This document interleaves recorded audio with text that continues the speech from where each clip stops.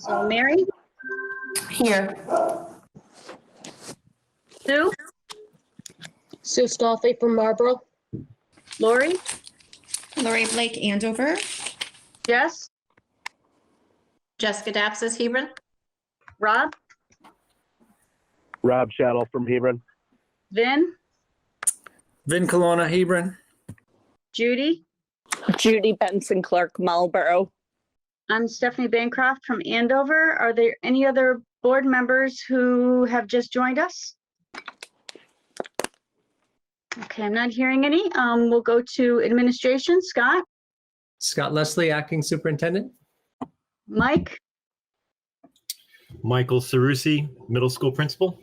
Penny, Penny Briscoe, High School Interim Principal. Chris, Chris Mater, Assistant Principal, RHAM High School. Carrie Ann, Carrie Ann Bell, Assistant Principal at RHAM Middle School. okay, and Eva, Eva Gallup, Business Manager. and Karen. Karen D. Corletto, Board Clerk. Did I miss anyone? Okay, very good. Let's all stand for the Pledge of Allegiance.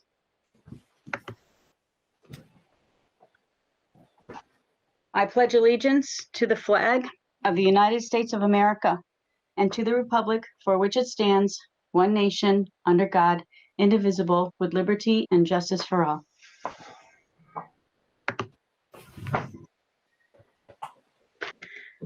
Okay, I'd like to open it up to public comments. I have one, Steph. Okay, Vin Colonna, Senate Brook Drive, Hampton, Connecticut. I just want to say that I appreciate the efforts of the administration for setting up the COVID meeting that we had. I think it was very informative, especially hearing from the students' perspective.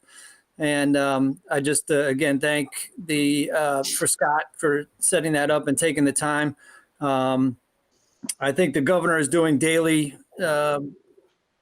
news conferences on COVID. I think, even if we did once a month, going forward, just to keep everybody informed and answer questions, it wouldn't be a bad idea. But again, I think it was good to hear from, have a discussion, open discussion, and hear from the students. Thank you. thank you, Vin.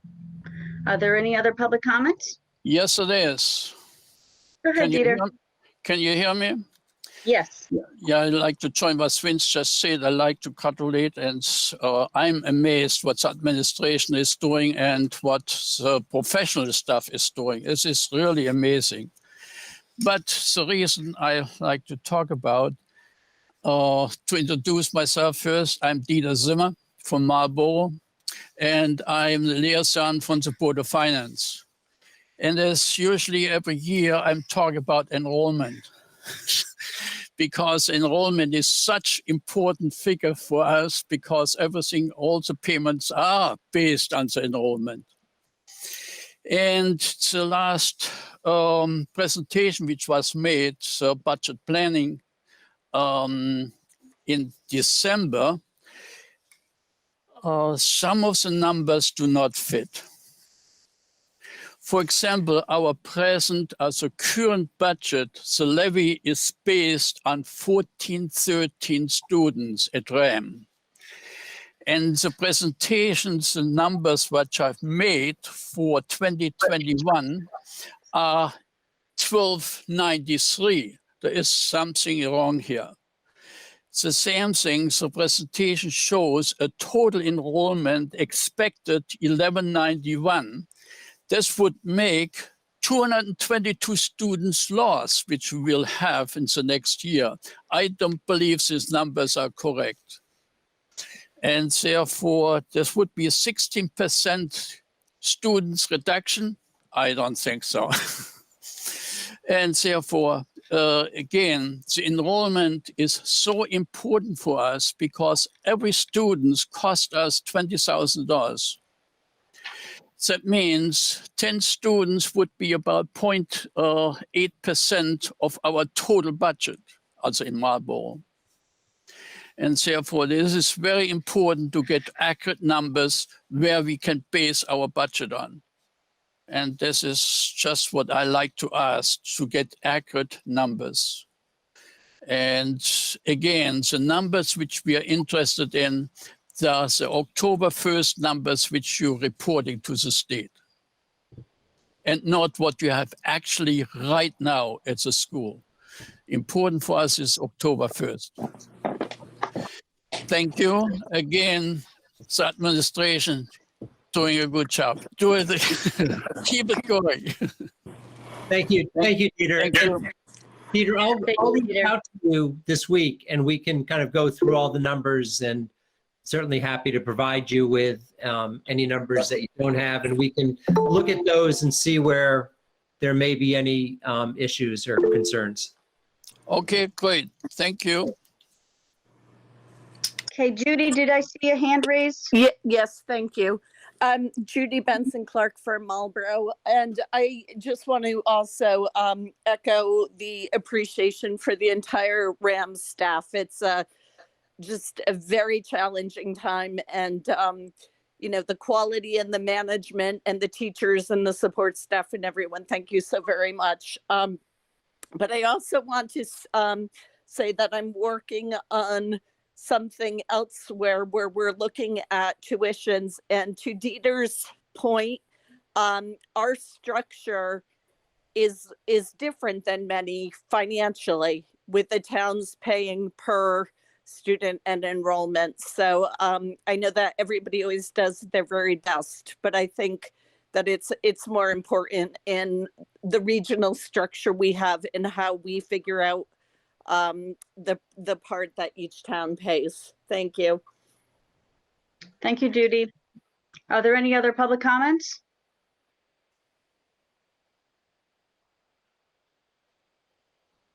Okay, I'm hearing no more public comments. So we will move to number 4, add and delete agenda items. Are there any agenda items to add or delete?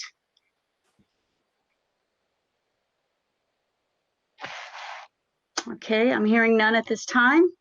We'll move on to number 5, student representative reports. Hi. All right, so I'm going to be honest, there's not really a ton going on right now. Students are about to start second semester on Friday. What's else?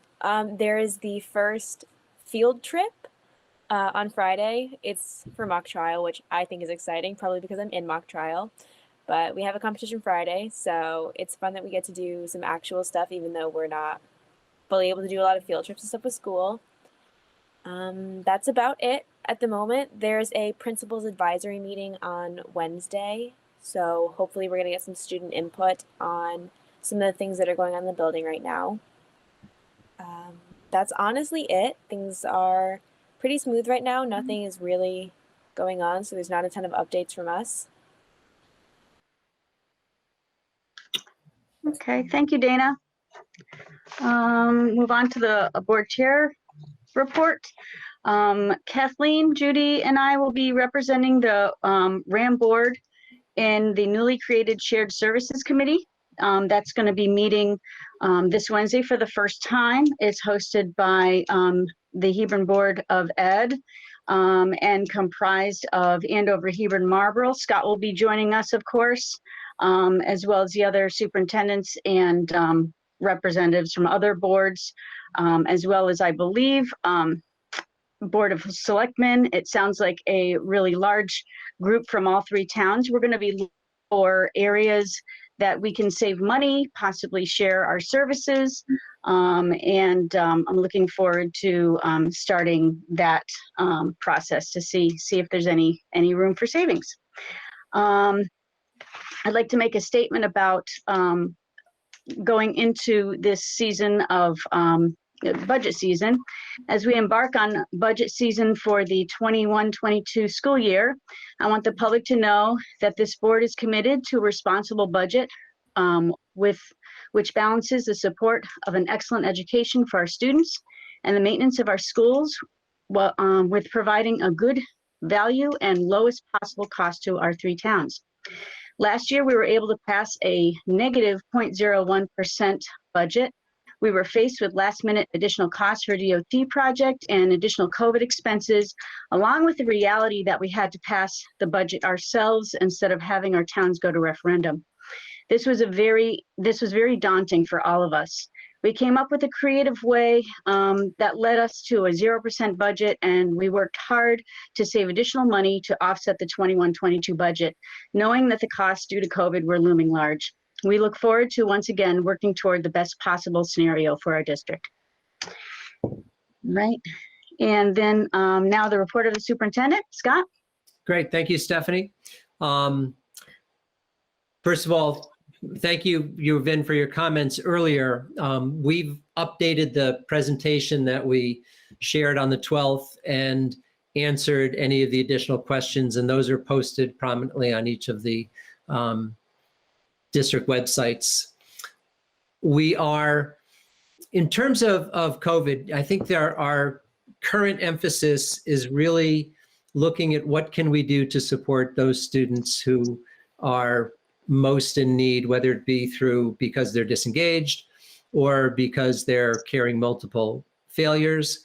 And we've really, with the, in partnership with the faculty, really gone, I think, to extreme lengths, that doing things that we would certainly not be doing under normal circumstances. So for example, teachers have the flexibility to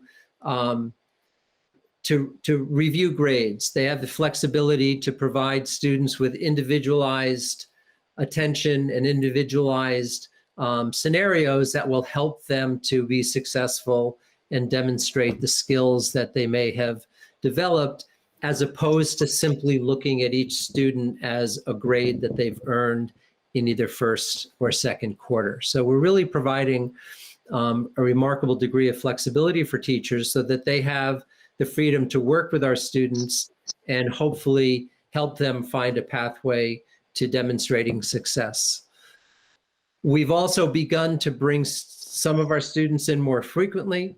We have students coming into the building 4 days a week now. Beginning in February, we'll have some students coming in 5 days a week. And we're really focusing our attention on those students who are demonstrating the most significant needs. So we're really hoping that our efforts will make a difference, again, for those students who have expressed the greatest challenge, either with connecting and engaging with their classes and with school, and with being able to produce satisfactory grades. A lot of our students they've developed the skills, but they may be having some difficulty in having that represented in their grades. So we are looking at that. We're looking at the other end of the spectrum as well. And we're looking at flexibility for our AP teachers so that they can have additional time to be able to work with their students and provide some of the skills that they may feel that they're missing. So really right now, our intensive focus is on catching those students who are at most significant risk across the spectrum. We're working in partnership with RHAM and working on new programs to help reach out to these students. Difficult to do when a lot of these students are virtual, but we're really looking to try some new things. As Dana mentioned, Principals Advisory meets on Wednesday, and I know Principals Advisory has been talking about also possibly creating a guidance advisory to provide additional alternatives or opportunities for students to connect with adults in the building. So really, I think that is our probably our major focus right now. We're optimistic with the fact that vaccines are getting closer. We know that teachers aren't the next group, but we're hopeful that with additional dosage, teachers will be vaccinated sooner than later. I know that we're all anxious and cautious about the variants that we're seeing. We meet once a week with our departments of health, and I know that both at the state level and the local level, those are the areas that they're most concerned about. So we are, working on a weekly basis with the state and local departments of health to keep track of that. Right now, the schools on the eastern part of the state, and I know most of the secondary schools, we are still in a hybrid model. Unfortunately, this week, a number of the schools in the eastern part of the state had to close down. So schools are still addressing challenges, and although some of the metrics look like they're improving, in some parts of the state, that's not quite the case. So, but as I said, we're hopeful that the vaccines are going to provide us with a significant tool to hopefully work our way out of this. And so we look forward with optimism for that. And Vin, do you have your hand up? Are you looking to? I see a hand raised. Yeah, I did. Sorry, I was trying to catch Stephanie. I didn't see the shared services meeting posted. Is that going to be open to the public, or is that a closed meeting? I believe it's open. I don't know where it's posted. It's hosted by the Hebron board. So you might want to check there. All right. Stephanie, that should be an open meeting. Just legally, that has to be an open meeting. Yeah, I believe it is an open meeting. It's a public meeting, so it's got to be. And Sue, I think Sue, you had your hand raised. Yes, you mentioned that the presentation was modified and it's out there. I can't find it, so just can you point me in the right direction? Because I went under January 12th and it's not there. So where else would I look? Absolutely. If you go to any of the 3 websites, either the RHAM High School, the RHAM Middle School, or the district, and it's right there on the home page, you'll see the first page of it, RHAM Middle and High School COVID-19 planning. Oh, okay, so it's not under the Region 8. Okay, Yeah, got right. it. Yep, it's on the front page, right under the Pledge of Allegiance. Got it. Perfect. Thank you. Super. Stephanie, I'm going to suggest that we move to the consent agenda. AHM, we have, Tressa is here right now. Hold on before I go any further. Hello, Tressa. Tressa Giordano from AHM has just joined us, and she and a member from Erase are going to be doing the Youth Voices Count survey results. Hi, Tressa. Hi, how you doing? Good. Do you know if Bonnie has been able to join us yet? I don't think so. I don't know if I'd recognize her number. I don't see her name listed. So, Stephanie, maybe we could do the consent agenda while we're waiting for Bonnie to arrive. Sure. Okay, so first on the consent agenda, we have 9.1 approval of minutes for December 21st, 2020, enclosure 9.1A, and January 12th, 2021, enclosure 9.1B. Is there anyone? Make a motion that we approve the consent agenda 9.1. Rob will second. Is there any discussion? Yeah, actually, this is Mary Kochevsky. I just have one correction. I was at the January 12th special meeting, but I came a couple minutes late, but I'm not listed as attending. Okay, correction noted. Thank you.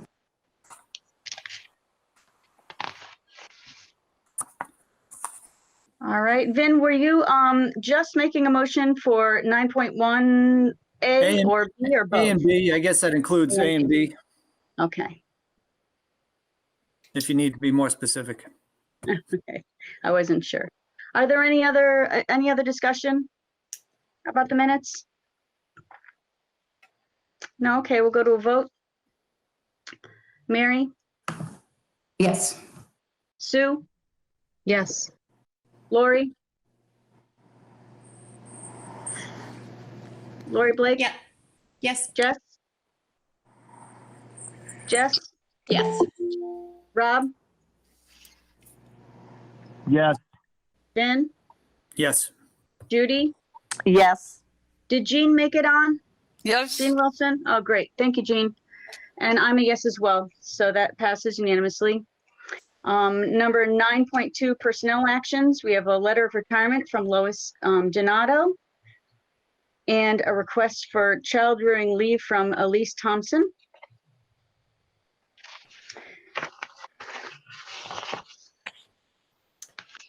I'll make a motion that we approve consent agenda 9.2 personnel actions. Is there a second? I'll second it, Mary. Any discussion or questions for Scott?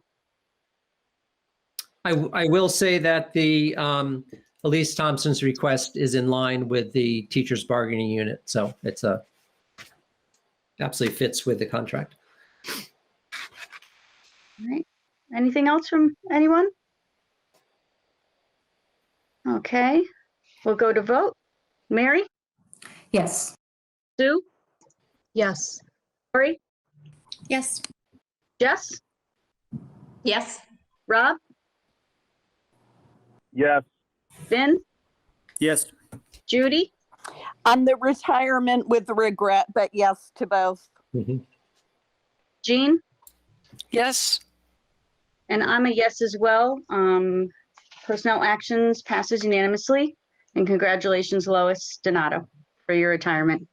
Yes, And Elise Thompson for your new baby. and I'd like to just congratulate Lois and thank her for 21 years of exemplary service to the student program. And I would just love to say that her energy and positivity with the schools it was just amazing with all of the kids, her encouragement. So she will be greatly missed. Yes. All right, thank you. Now we're going to turn it over to AHM. Okay, I think Everybody here? yes, Bonnie, I think you're here. I'm here. Yes, thanks. Great, fantastic. So it's really my pleasure to introduce Tressa to everyone who I think you all know Tressa as the Executive Director for AHM. And RHAM and AHM have a long history of a fruitful partnership in service to our students. We have AHM counselors in each of our buildings, and we have a myriad of programs that we work collaboratively with. One of those programs is the every 2 years we administer the Youth Voice Count surveys, and that supports many of the federal grants that both AHM and RHAM are involved with. And we have a group, a race that helps to facilitate that. So I'm going to let Tressa introduce Bonnie, and then Bonnie will be able to take it away with the presentation. Thanks, Scott. Again, I want to thank you all for inviting myself and Bonnie, our evaluator, to your meeting tonight. I just wanted to give you a little bit of background, a little bit of context.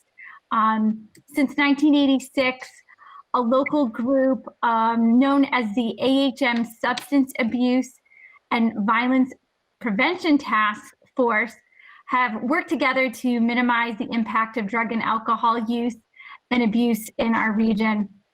So today our efforts are increased to incorporate community wellness with an emphasis on helping to keep youth drug-free. Our former task force is now called the Coalition for a Healthy Empowered Community, or a short CHEC, the CHEC Coalition, which I'm sure you've all heard about. You can find information on our website. We have a CHEC Facebook page, and then we also have our Rally Instagram page, which Rally is our youth group that comes out of the coalition work. Through the efforts of the CHEC Coalition, AHM was awarded the Federal Drug-Free Communities Grant, which supports communities nationwide to help combat local underage drinking, prescription drug use, as well as the prevention of marijuana use. So AHM is in our 7th year of this 10-year journey, and we continue to look for new ways to support our youth and our families, even during these uncertain and challenging times. So as part, like as Scott had said, as part of the grant deliverables, we're required to administer a youth survey every couple of years in order to effectively guide our coalition's work, our campaigns, what resources we offer, and what events that we hold. We were scheduled to have the students complete the survey last spring in person, but however, with the COVID outbreak, we were not able to do this. But with the help and support of RHAM administrators and teachers, we were grateful and excited that we could administer the survey this fall virtually. So I want to thank Bonnie and her staff for working within these ever-changing times and for assisting our coalition in evaluating the students. I think that you'll find this information that came out of the survey very interesting and especially helpful as we continue to make changes within our community and support our youth with making good choices. So with that, I'm going to turn it over to Bonnie. Hi, everybody. Thank you for having me. I'm going to go ahead and share the presentation now. You'll laugh because we all use these platforms. I don't actually know this particular platform. I use so many others, but not this one. So let me just make sure I'm sharing the right thing.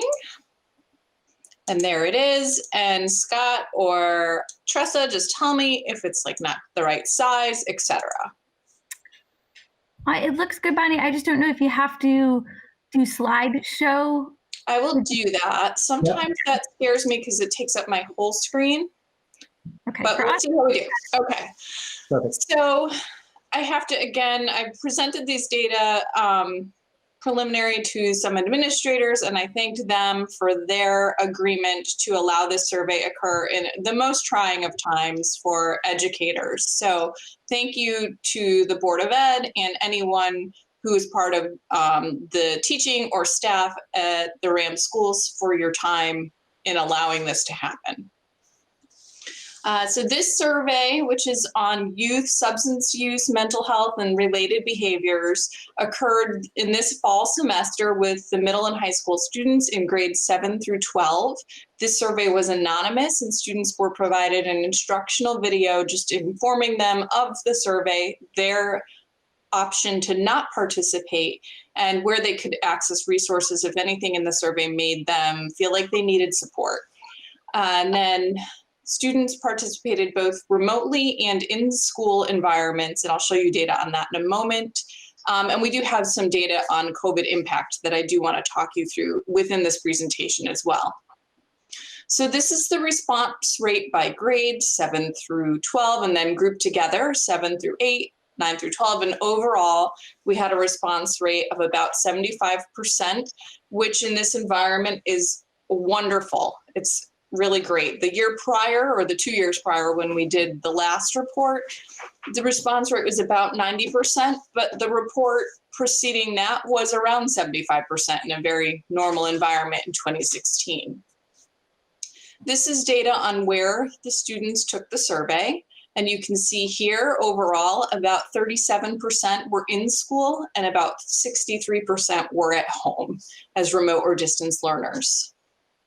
We collect data on race and ethnicity, and you all, I'm sure, are quite familiar with your own students' race and ethnicities and gender identities, but I want to just note, if you looked at the full survey report, either if that's been made available to you prior or will be, we have to aggregate the non-white students because of the smaller numbers in the population when we look at comparison data. So just keep that in mind. And then we did ask some questions, male, female, non-binary, transgender, and I'm not sure right now, which may be of interest to you in your positions on the Board of Ed as well. Excuse me. We asked some questions about time spent home alone on most weekdays, and the majority of students, about 1 to 2 hours a day, that was the case, with more high schoolers reporting more than 4 hours than middle school. And then sleep, I know that folks can be interested in that in terms of student success as a risk or a protective factor. And you can see that here, the 7th through 8th graders got more sleep, 8 hours, than the high school students. But for the most part, students were falling right in that 6th, 7th, and 8th hour of sleep. We asked questions in the survey about gaming behaviors, online gaming, and some possible assets or consequences of that behavior. And you can see that students felt both connected with others and saw some things that their parents maybe wouldn't have been so excited about, particularly for those in grades 9 through 12 in that gray color. There was a little bit of getting in verbal or physical fights as a result of that, and some students not completing their homework or studying or not getting enough sleep. But the majority are saying that gaming helped them feel more connected with others. We asked similar questions regarding social media behaviors, those assets and consequences. Again, similar pattern with most students, especially those in grades 9 through 12, saying they feel more connected with others. Some were feeling left out or excluded because of their social media.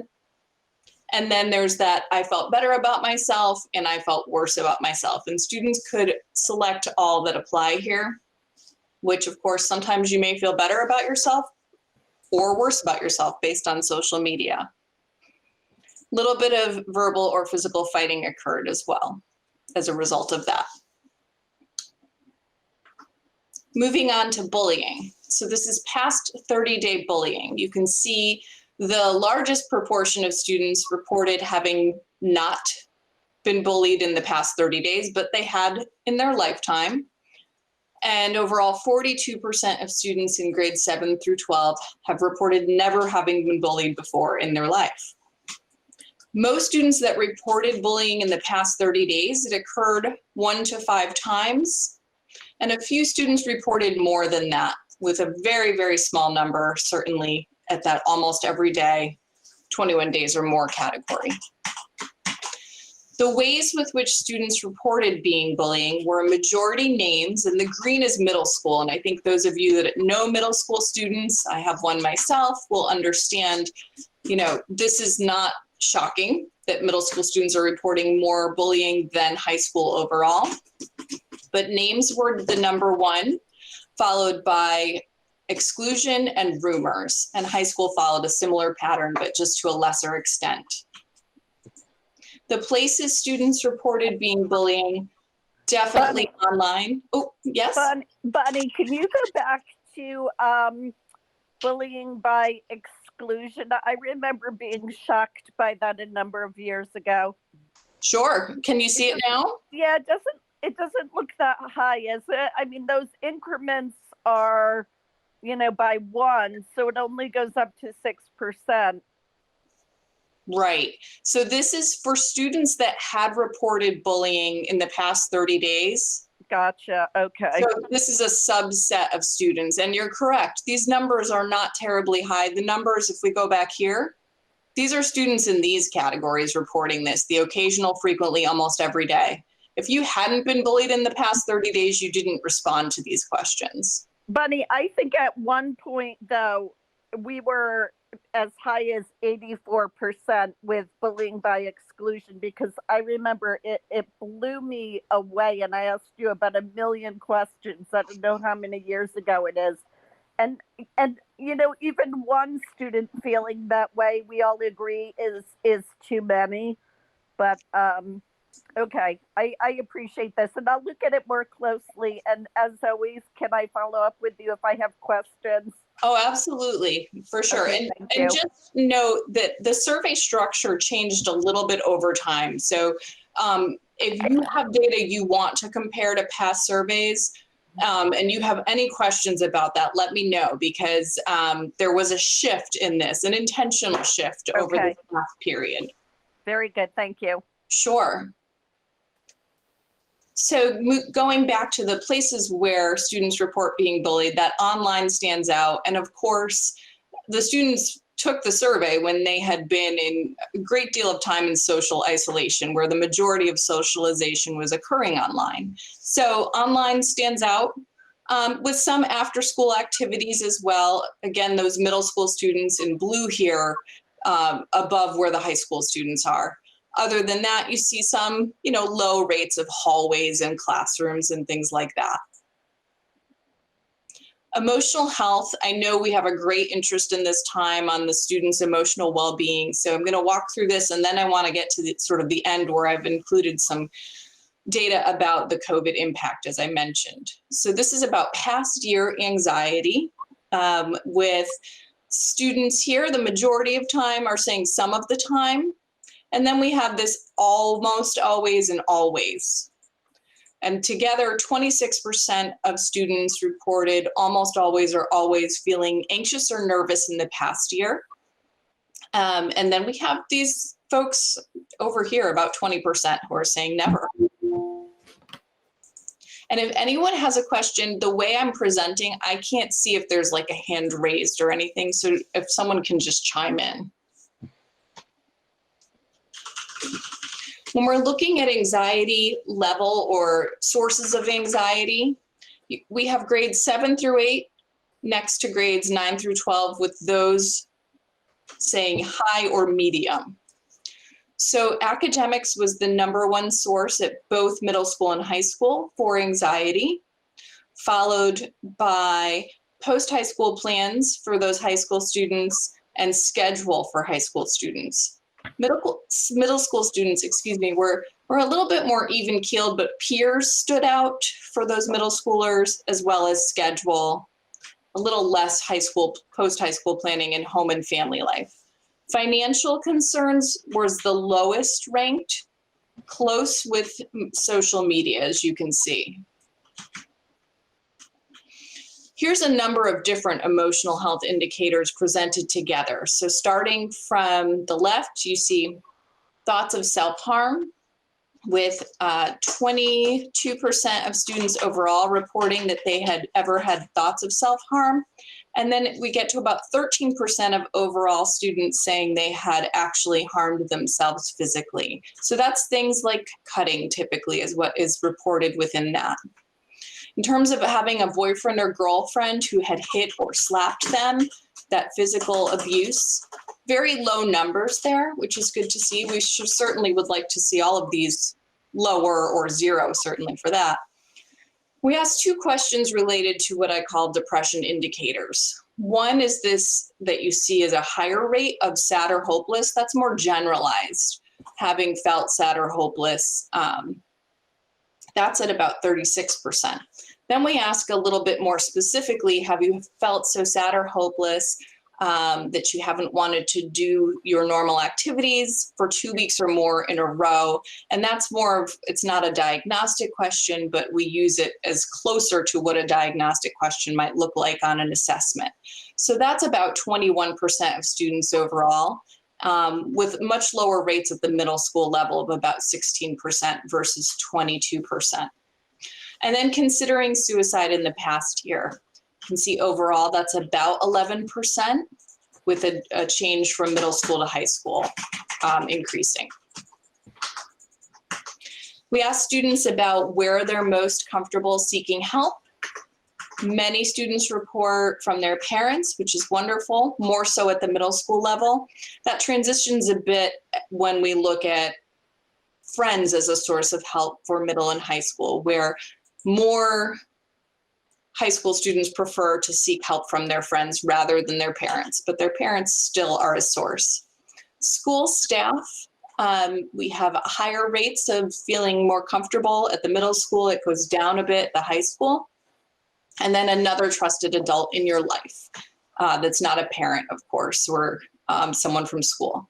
And we have quite a few students who do feel comfortable, almost 40% with that. We're going to move on now to substance use and perceptions. This is, have you ever used these substances in their lifetime? I'm going to move a little bit quickly here because there's a lot more to cover. So the #1 substance used in students' lifetime is definitely alcohol. That would be followed by marijuana. Binge drinking is a behavior, of course, associated with alcohol, and that stands out as well, with about 20% of students having binge drank in their lifetime. We looked at vaping, e-flavored liquids, and nicotine separately in this survey, and Nicotine products are reported more than generalized e-flavored liquids. Marijuana was asked in terms of vaping as part of a marijuana use question. Bonnie, Yeah. can you just, I'm sorry, define binge drinking, please? Sure. So for the purpose of our survey, it is having 4 or more alcoholic beverage on one occasion.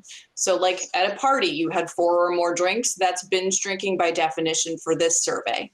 Some surveys use a definition of 4 or more for females and 5 or more drinks for males. But for the purpose of condensing the survey, we have 4 or more drinks for everybody.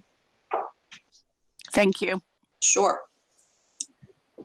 30-day use is what we really focus on in terms of reporting for grants and grant applications. So I spend a little more time on that, but following a similar trend to lifetime, the most commonly used substance in the past 30 days was alcohol for both middle and high school, but very low rates. I'm going to take that back. I'm sorry.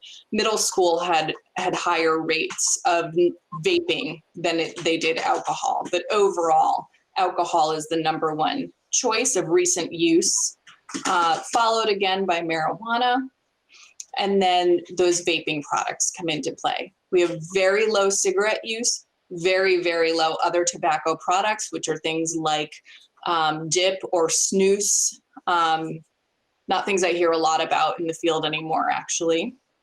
And then looking at prescription drugs not for medical use, very, very low rates. And we always like to talk about that because communities are, of course, concerned about heroin or the opioid epidemic. And we'll talk about heroin in a little bit, but nothing of concern here. This chart will show you substances by grade level. And the thing I really want to point out most here is where you can see rates increasing. So for vaping, really across the board, what stood out for me for RHAM students was that 11th to 12th grade increase. Great leaps and bounds. We always expect that stepwise approach, but there is a significant jump from 11th to 12th grade for most substances. Not to say that it's an obscene amount of substance use based on what I expect, just that it goes up quite a bit at that point. This is age of first use. You'll see that by substance, the age is very close. So this just demonstrates how students may progress by age through various substances. It's not to say that a student who's used alcohol or marijuana has used all these substances, or a student who's gambled has used all these substances. It's just to give you an idea of how students may progress by age, usually starting with maybe gambling, moving on to over-the-counter substances, cigarettes, and things like that. Marijuana tends to be the highest age of first use after alcohol. We ask a lot of questions about students' perceptions of harm, perceptions of how their peers approve or disapprove of substances, and how their parents approve or disapprove. So this question here reflects students reporting moderate or great risk for these core substances and behaviors. The greatest risk is seen with non-medical use of prescription drugs, or RX, on your screen. And we want to see high perceptions of risk that's associated with lower use. You can see also that for marijuana, in terms of substances, that's the lower perception of risk. And we saw higher use rates there, as well as along with alcohol. So these things tend to be correlated. We started asking about gaming this year. I think it was actually timely with the way a lot of youth are spending their time now that there is such great social isolation. It's not necessarily a bad thing that youth are using online games for 3 or more hours a day, especially in this environment. They're reporting connecting with their peers, as we talked about, but it's just something we're monitoring. In terms of access, we know that if something's harder to access, we're less likely to use it. Certainly includes exercise equipment and things like that. But in terms of youth substance use, youth report that the more difficult to access substances are again prescription drugs, not for medical use, marijuana, and tobacco. Alcohol is the easiest to access, and we'll talk a little bit more about where they're accessing and where they're using these substances. Vape products are kind of even between e-flavored liquids and nicotine. So amongst all students, substances are most often acquired in their home or at the home of friends. And with alcohol, that stands out certainly, with the gray being from friends or peers, followed by the blue at home without parents, and green with parents present. With parents present doesn't necessarily mean they're using substances with their parents, but their parents are home.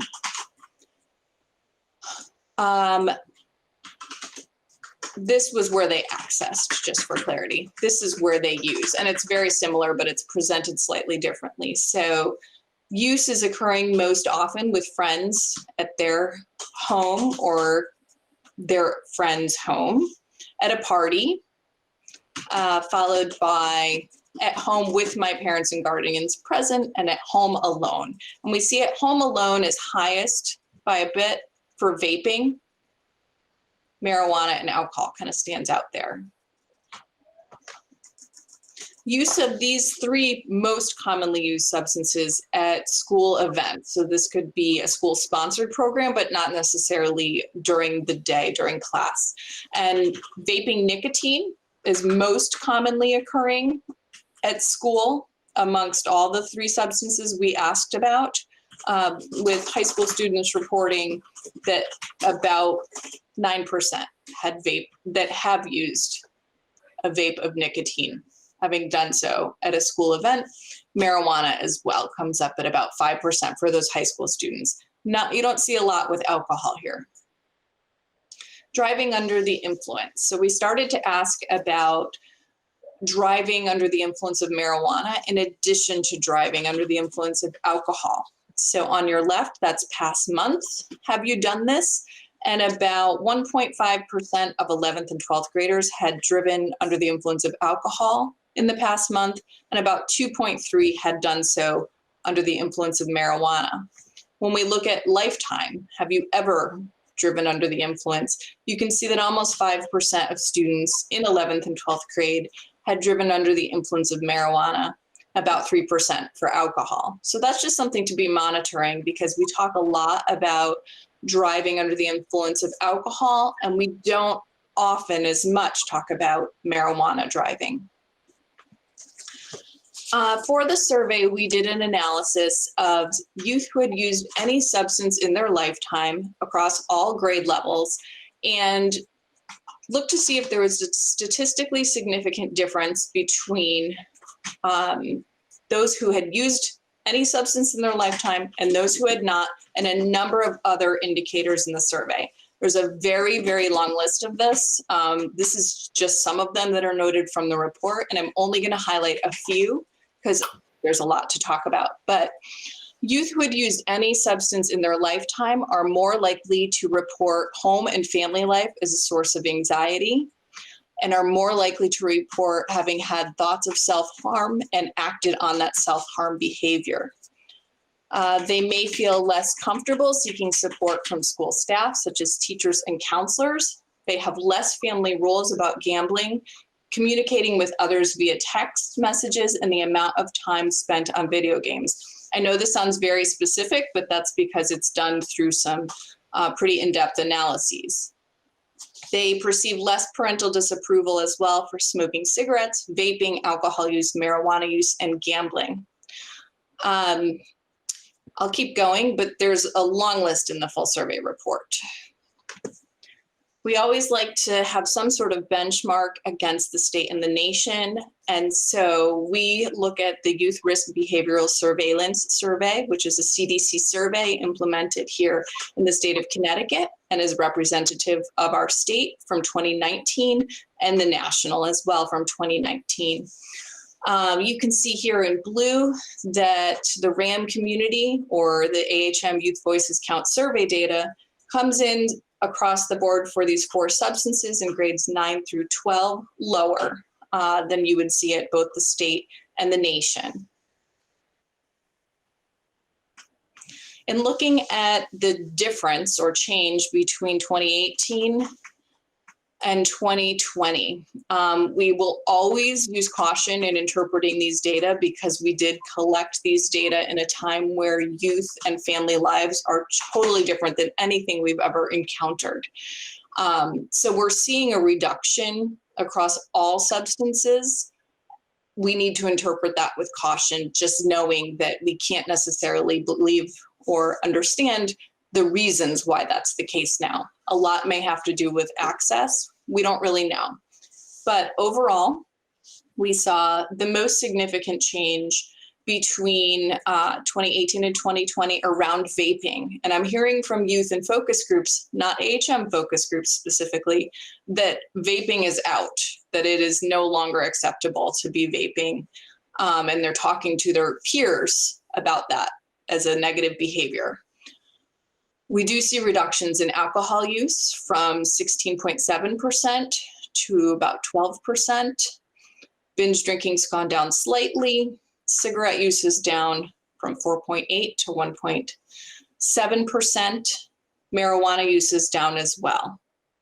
Prescription drugs down almost to about 1%, and that's that past month or past 30-day use that we're looking at here. Looking at other substances, so substances we know are not commonly used among youth, but we like to monitor.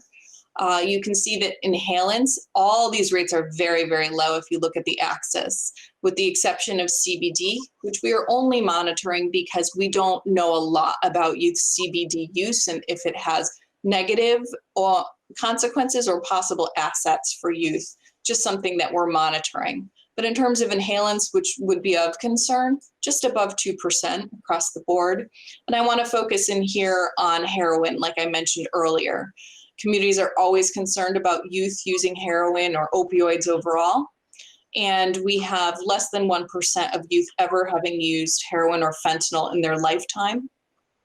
The other one that just sort of pops up right above 2% would be hallucinogens. And that would be for grades 9 through 12, just about 2.5% ever having used that in their lifetime. This is the part I wanted to take a minute because I know we have so many questions, as I'm sure as administrators and leaders in the community around education about how COVID is impacting youth and families. So we asked questions at the end of the survey saying, do you feel like things are more or less having to do with what you are looking at in front of you? So are you feeling more or less anxious? And you can see that most students that had no change are reporting more or a lot more. The same can be said for feeling down or depressed, a little more and a lot more. And then feeling lonely. None of this is surprising to me, certainly, but we wanted to be able to quantify that to explain any changes we might have seen around anxiety and substance use, which is what we're going to look at now. We asked a similar question regarding, are you using more or less alcohol for those that were. So a lot less alcohol kind of pops up here, but then we have the a little and a lot more, which in a way sort of cancel themselves out. Same can be said for vaping and marijuana, similar pattern with a lot less and a little and a lot more, kind of canceling each other out. We asked questions about sort of the home life and other needs. So are students feeling safe at home? The majority would say yes, agree or strongly agree, with some in that neutral category, and probably 1 or 2 students saying strongly agree or disagree overall. Similar pattern as you can see in front of you regarding access to food and access to basic needs. Now we'll go into the sexual behaviors, and that is for grades 9 through 12 only. The middle school students were not asked these questions.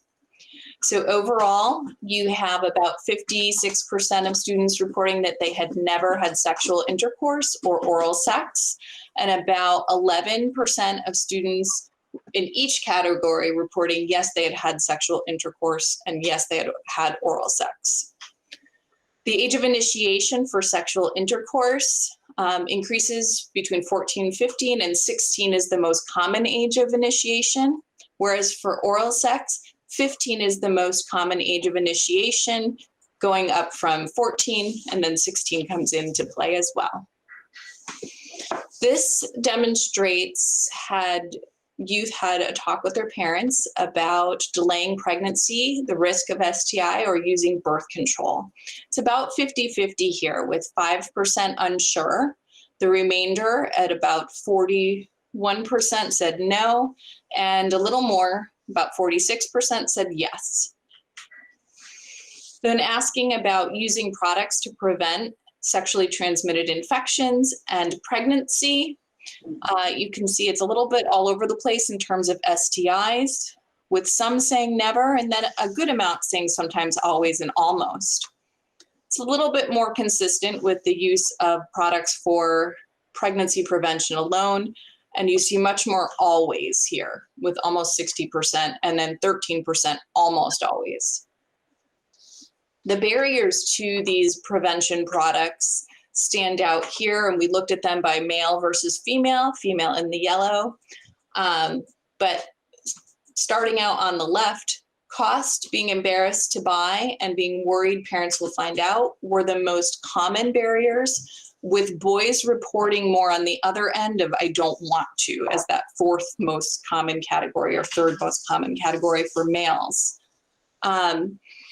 Students seem relatively informed about what to do. Not many responded that they didn't know how to or what products they should be using. Oh, and we are at the end. I'm going to try to get out of this so I can see some of your faces, and we can move throughout the slideshow if there's any questions.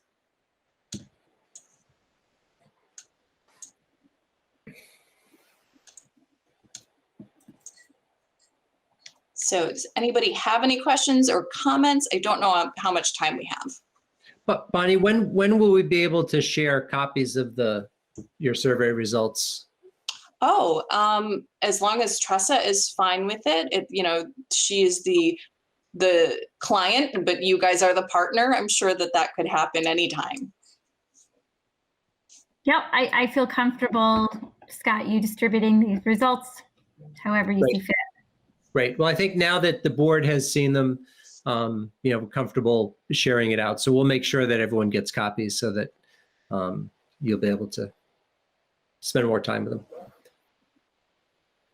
Great. I hope that these data are beneficial to the board members as well, and the community overall. I know, they're essential for AHM in their grant reporting, but there's so much here that can be worked with from a lot of different partners and players.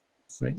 I think it's important to know that, so we do the survey every 2 years, and Bonnie has been gracious enough for as long as I can remember, not to age you, Bonnie, but she's been with us to analyze the results. And so there's a lot of continuity there. But I think just as, or maybe more importantly, CHEC will then use this data for the next 2 years to develop substance prevention programming. And again, that's all in partnership with the school. And just to, show you how close that partnership is, Sue Stolfi is the current chair of CHEC. So we have the RHAM board, intimately involved as well with this whole process. And so I express my thanks and gratitude for Sue for all of her volunteerism in this area. But we'll then share all of this data as well with our staff. Certainly our health and PE teachers will have access to them. Our counselors have access. So this is data that will be utilized in many areas as we work over the next couple of years. And what's really wonderful with having done this survey and having the resources available through the grant and AHM is it provides us with access to some of the media projects that we've done. So I'm sure many of you have seen in the building the posters. We have the posters with characters from The Office that have been up for a few years. And there's a lot of materials that we have access to that we would not normally have had access without this. So this is really invaluable for us in working with our students. Okay, great. Thank you, Tessa and Bonnie, very much for your presentation tonight. We look forward to getting those so we can look at them in a little more detail and it was great. Great, thanks for having us. Great. Thank you, everybody. Have a good Thank night. Thank you. Okay, we're going to move on to number 10, old business, 10.1, second reading of a policy 6146, the graduation requirements, enclosure 10.1. And Stephanie, I'm going to share my screen just so I can share. This is a second reading, so we've, the policy committee has reviewed them and, whoops, yep. And we looked at it at the last board meeting. So this is actually our second time around this year to approve the graduation requirements.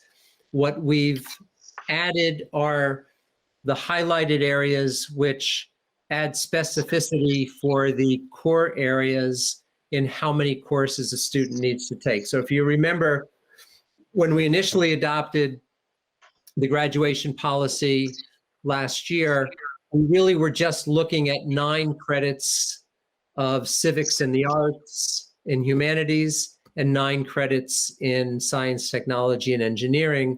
And what the modification that the policy committee has done is specified in humanities that must include 4 credits in English, 3 credits in social studies, and then in science, technology, and engineering, 3 credits in math and 3 credits in science. And in addition, under the electives, 1 fine arts or 1 career and technical education credit. So it really does, I think it combines the best of the new graduation requirements that the state required us to adopt, but it also allows us to hold on to, I think, what a lot of us felt were the ability to ensure rigor by requiring students to fulfill at least those minimum credits in those areas. So. Okay, does anyone have any questions for Scott? Since this is a second read, we are going to motion on this, correct? Correct, yes. This can go to a motion and for approval. Okay. Is there anyone who wants to make a motion to approve graduation requirement 61? I'll make the motion that we approve graduation requirements policy number 6146. And this is Jessica. I'll second. Any discussion? Okay, I'm not hearing any discussion. We'll go to vote. Mary? Yes. Sue? Yes. Lori? Yes. Jess? Yes. Rob? Yes. Vin? Yes. Judy? Yes. Jean? Yes. And I'm a yes as well, so it passes unanimously. Okay, moving on to new business, 11.1 financials. All right, good evening, everyone. So as we've all encountered, this is a very strange year for all of us in trying to keep track of everything. Currently, our net favorable position at the end of December is $594,761. However, with the passing of sports and other things that are able to move forward, I am assuming that this will start to, this net positive balance will start to dwindle.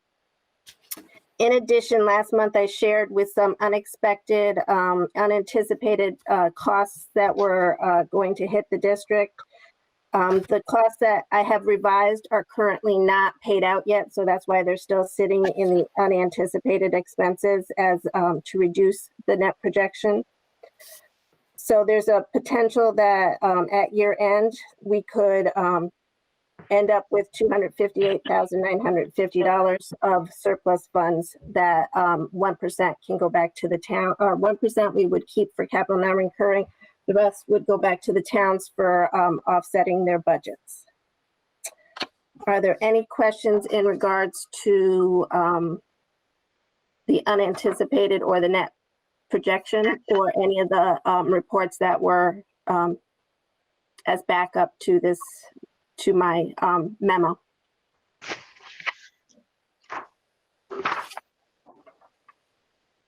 I just had a question. Can you just explain the projected shortfall for the Whitson's food contract again? So what happened with that is we have it, and it's not their contract that's the shortfall. It's the point that's happening here is that the school is running our food operations on a seamless summer operation. So that means that we're entitled to feed all children in the community 18 years and younger for free. So everyone's treated as free. So we're not charging for anything outside of a la carte meals and adult meals that we serve.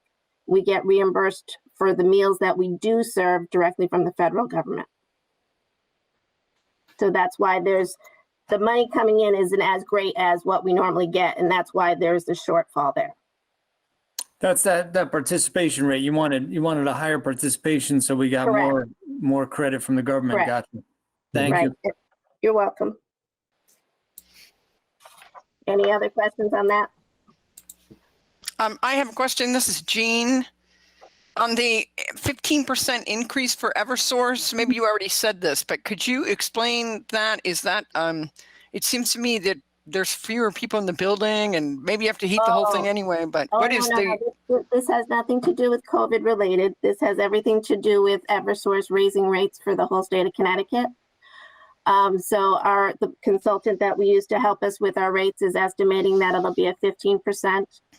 Pura is asking school districts to complete a survey and to provide testimony as to certain items. And so currently, so I did the survey this morning, and the high school and the middle school both have solar panels. We're supposed to be at a negotiated rate. And one of our buildings, the high school, I believe is at rate 56, which is good, and that's fine. Rate 30 is not a good rate to be at because that's for every kilowatt hour used, you get billed for every kilowatt hours. So it's like it's a 1-for-1 where the solar helps offset some of that. And the middle school is at a rate 37. So I'm not sure where that rate for the middle school falls into what will be happening or not happening, but that's what that 15% estimate increase is. That has nothing to do with our direct utilization per se, especially during COVID shutdown. It has everything to do with Eversource raising their rates. So Eversource was going to raise their rates last year, and I thought they rescinded them because of COVID, or they were told to. Is that the same rate increase, or this is different? It's the continuation of that same rate increase because they're fighting. Eversource is fighting behind the scenes, trying to get a rate increase moving forward. I'm hoping this one doesn't come to fruition. I've just been made aware of it, so I have to put it out and share it with everybody. Thank you. I do remember when I moved to Connecticut, someone warned us about the deregulation of your utilities. Yes. Any other questions on that page?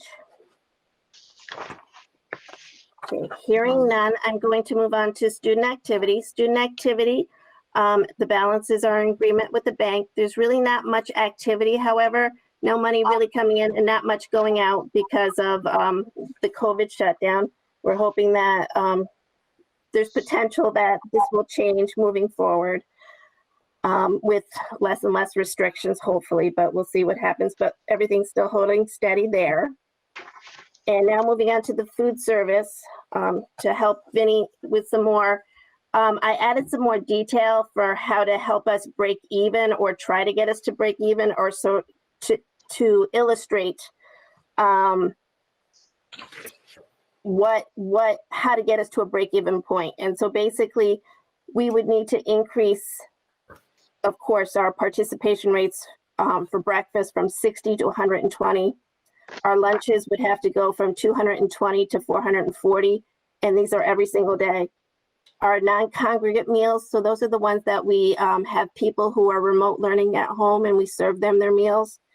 That would have to go to 130. So in essence, we would be doubling the participation as it is currently to help get us to a break-even point.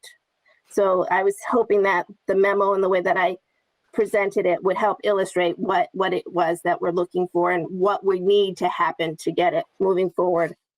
As of today, we received from the state of Connecticut, there's a campaign, and I know I spoke about it before, that they're trying to raise awareness. And so we're going to share that with families, and we have it posted on our websites, the high school, the middle school, and the district website, so that people can take a look at that and a better understanding as to why it makes sense to try to feed your students at school for both breakfast and lunch. Do you have any further questions on any of that? Eva, I just have a question. This is Mary about how are the hybrid students served lunch if they're not in school? So there is a link that was shared, and it's shared in the Rambler and it's shared in the Raptor, that the parents can pre-order their meals and they'll choose what days that they want to come pick up the meals. And the cafeteria has those meals ready for pickup between 9 and 10 down at the middle school entrance. So right by the parent pickup, if you drive through, the cafeteria staff is out there handing out the deliveries. Okay, I had heard of some districts who were doing like weekly meal pickups instead of, I think for some families, it's more convenient for them not to have to come, multiple days in a week. So, is it possible to do that or no? Well, you're going to get frozen or less perishable foods when you do it that way. We're trying to offer some choices. So we do our pickup Monday, Wednesdays, and Fridays. Okay. Right, but they can pick up for multiple days, Mary, so that's not just ahead of time. Yeah. Okay, good. Okay, thank you. Like the Friday pickup will take them through the weekend and include Saturday and Sunday. Okay, thank you very much. Correct. Lori, did you have a question?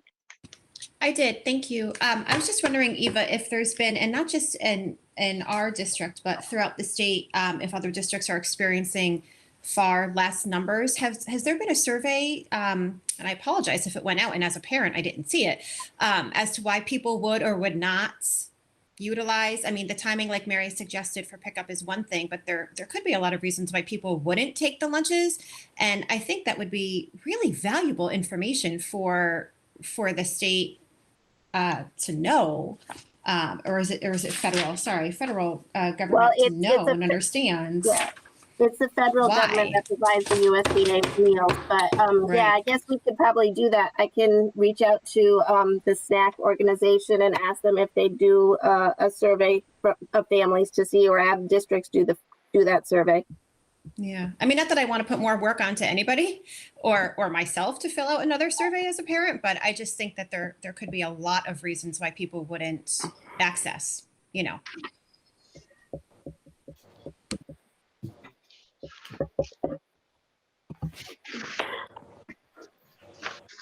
Anybody else?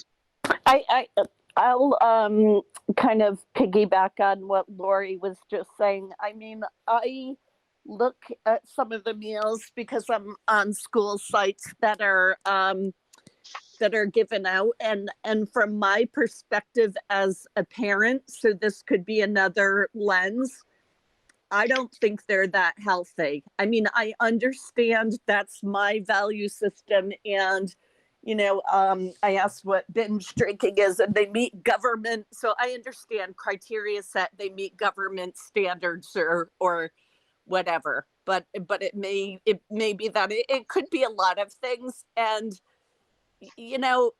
I mean, I guess at some point I would just say, if kids are being fed, how much time do we really want to spend on that? But that's just my thought process. As long as kids are being fed and they're receiving nutritious meals. If they're not, I would think that would be a whole separate thing, and that we would want to do everything and anything we could, including Mary's idea, which would probably makes sense for many families to have one day of pickup, or to even have other pickup or drop off points, which some of our communities are doing.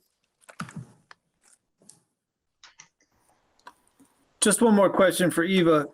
You listed here January through June projected shortfall 107. Do you have an annual? Did we lose that much money in the first semester too? Is this a $200,000 hit? So no, originally it was 157,000. Okay. So, but we paid September, October, and November bills have already, and December have been paid. So 4 months have been paid out. So that's a known factor already. So this is what's remaining, the remaining balance. And is anyone from the USDA asking about, how much this is costing the districts and the school systems? They're not asking. They're not asking. We're telling. This is one of the hot topics amongst business managers and superintendents, and because we're all struggling mightily with it. And I have to commend Eva and the folks at Whitson's. They really are doing an amazing job of trying to get food out into the hands of our kids. I agree. I commend them as well. The USDA made it sound like, that they're the ones giving all this stuff out, and that it didn't seem like there was a cost put on anybody. But when you go behind the scenes and get down to the trenches, you can see where it's, it is costing a bunch of money.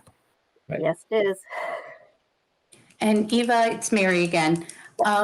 This also includes breakfasts as well, correct? So people can pick up meals for breakfast and lunch, correct? For the week, or for what, Monday, Wednesday, Friday? Correct. Okay.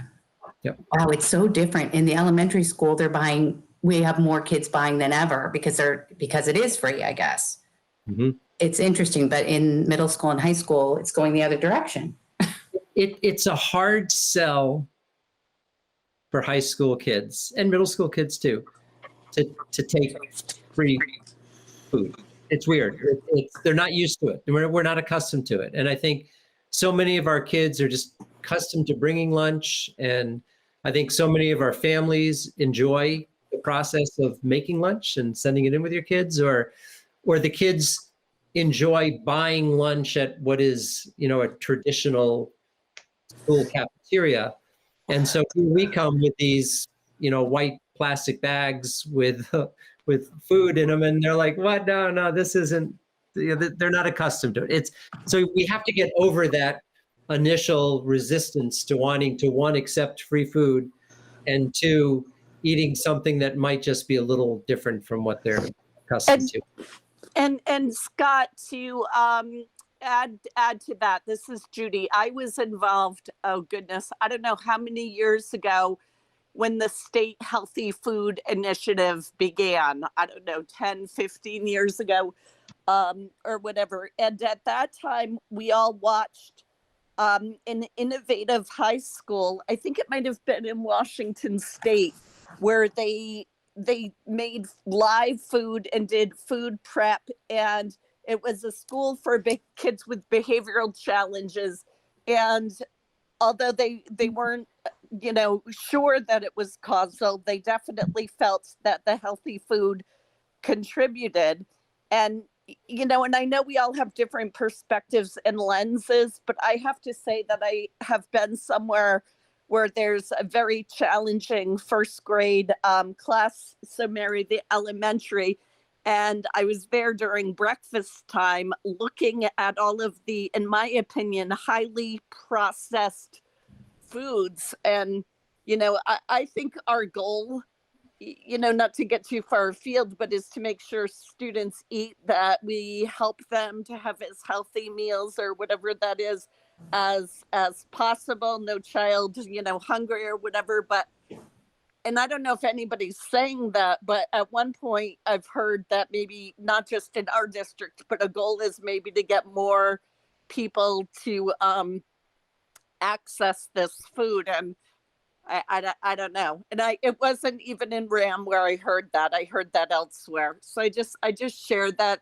there are too many, it's not a hill I want to die on, at least right now. There are too many things to worry about, but I think I would caution that if we're really recommending that everybody take advantage of these lunches or this food, maybe we should look at it a little more closely, or even try it or something. Anyway, because I think what Scott said, at least the way I heard it, some of it doesn't look like what I would, maybe that's not what you meant, but what I would hope for a healthy lunch.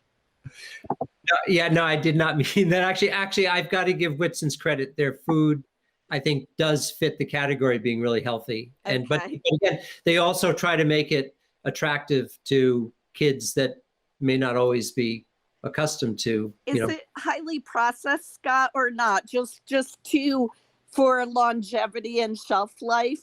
I think it depends, Judy. If kids are picking up meals that are going to be consumed like on that day or, in the short term, there's very little processed. Okay. For the frozen meals that, a kid might take if they're going to get 3 or 4 days worth of food, then those are certainly more processed than, freshly made food. But again, it's out of necessity because you're giving food that's frozen that's going to last for a few days. So. Okay. And we would not normally be, Whitson's wouldn't be serving those frozen meals. We wouldn't normally have those in school if we were in the current situation. Well, I really don't know much about their food, except for I thought they had a great flyer when they were promoting to us, a great marketing material. But I mean, frozen food can be very healthy, right? So even vegetables can be frozen at their peak state, and it can be healthier than other things, certainly than canned, and sometimes even healthier than fresh, depending. But anyway, I don't want to get too far afield on this. I will mute myself, everybody. Judy, I'll bring you a couple of meals the next time we meet. I'll deliver. Okay, thank you. All right, are we ready to go on to 11.2? Discussion of overnight trips for the 21-22 school year. So, and quite frankly, I'm not sure if this one is going to really require a motion or if it's more informational, but we're at a point where some of those traditional trips that we offer each year are beginning the planning phase. And in specifics, and largest one being the 8th grade Washington, D.C. trip. And as you may remember, we had a Washington, D.C. trip that was planned and paid for that was going to run last year. And obviously we weren't able to run it in the spring after COVID hit. And it created some challenges for us and our families. Carrie Ann Bell did a fantastic job of working with the company that they work with to plan the trip. And those parents that obviously weren't able to send their kids had the option of getting a refund or postponing the trip. And there was a plan that this current school year, we would run the 8th grade Washington trip, and those freshmen who weren't able to go last year, if they were interested, they would have an opportunity to travel with the 8th graders. Certainly, that trip's not happening, and we don't have, that trip's not going to happen this year. So we have we're in the position of, do we move forward with scheduling that trip for next year? Or do we hold off on planning any overnight trips moving forward into next year? That's a middle school piece. Let me just kind of flesh out the high school piece of it.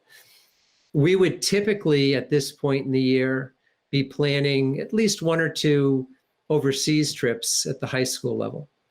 And here again, we found ourselves last spring in the position where we had a number of overseas trips planned, and each of the students that received refunds did not receive the full refund for what they had paid, whether it was the refund minus the insurance policy they had to purchase, or the travel company negotiated a deal with us, so they got a certain percentage of that money back. Looking ahead to next year, at the high school, we do still have on the books a trip to France that was scheduled for last April, and it has been postponed to this April 21st. That will certainly be postponed again. And so we do currently have this one trip where I'm certain that there's hopefully going to be minimal, if any, money lost, but there may be some families that, again, may lose an insurance deposit or something along those lines. Next year at the high school, we may have some opportunities for travel through if the students in DECA, which they typically do, if they're successful enough, they'll be invited to the internationals, which next year are in Atlanta, Georgia. And that's really, but that's kind of, that's something we'd plan right beforehand. So we'd know if that was going to be a reality or not. My recommendation at this point would be not to plan for any overnight trips for the 2021-22 school year at this point. I'm saddened that we, through no fault of our own, but we had a number of families that really were out of money because of, they planned in good faith to attend these trips, and it just wasn't able to happen. And I'd really like to minimize that happening again. Looking ahead to next year, when I present the budget in a few minutes, I'm hopeful in that we're going to have a full return next year. Even with a full return into RHAM High School, I'm not certain that we'll be able to travel wherever we want to go. And I'm not sure that our families are going to want their kids to travel. So, my point is I'd like to postpone any planning of overseas or overnight trips for the foreseeable future until we know for certain that we're in the clear.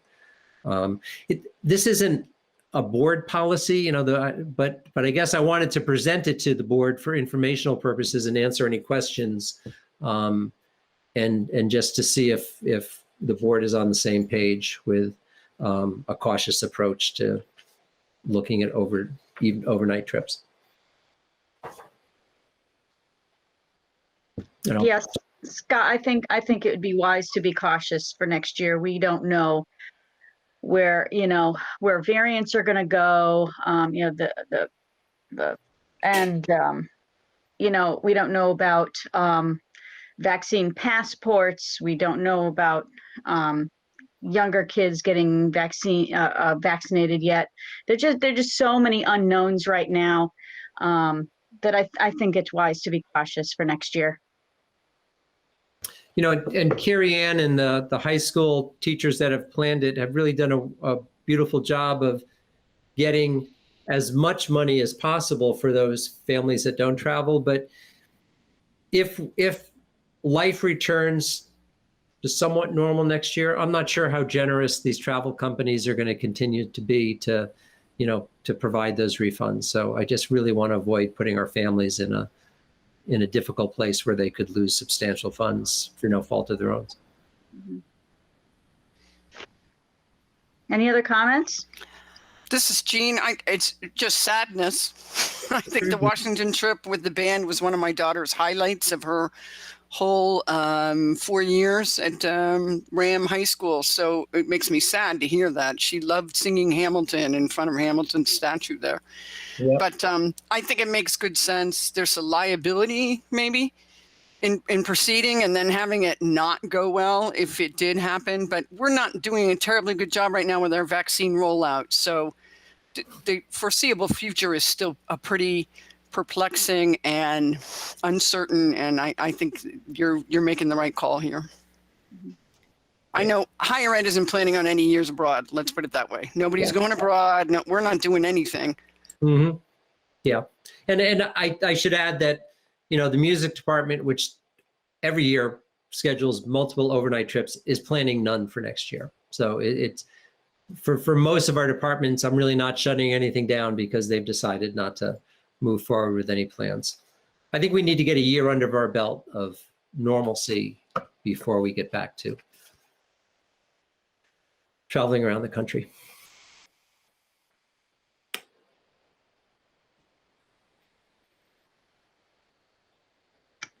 Okay. So I guess I'm not hearing from anybody, so I guess we're in consensus. I don't think we need a board vote for this. Yeah, So, no.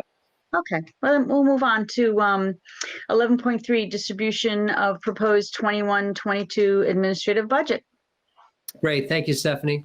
Well, this is a strange year. So what I would typically be doing right now is, maybe not me, but somebody would be walking around the table in the chorus room, distributing the folders, the binders of the budget. So as board members, you'd be receiving it for the first time. Now, wanting to make sure that you had it in plenty of time for tonight's meeting, we distributed it on Friday. So you've all had a 3-day sneak peek. So I'm gonna, though, present as if this is your first time seeing it. I know that many of you have seen it. The slide presentation that I'm about to go through, I've shared it with each of you in an email, and it's in the it's with the board. It's with the agenda on the website as well. So this document, it gives you kind of the broad scope of what is in this budget and what some of the key drivers are in the budget. It also has page numbers that will direct you to the budget itself, which you should have both a physical and a digital copy. Following tonight's meeting, we'll post this on the website under the budget tab so that anyone in the public will be able to see it. So I'm going to share my screen and walk you through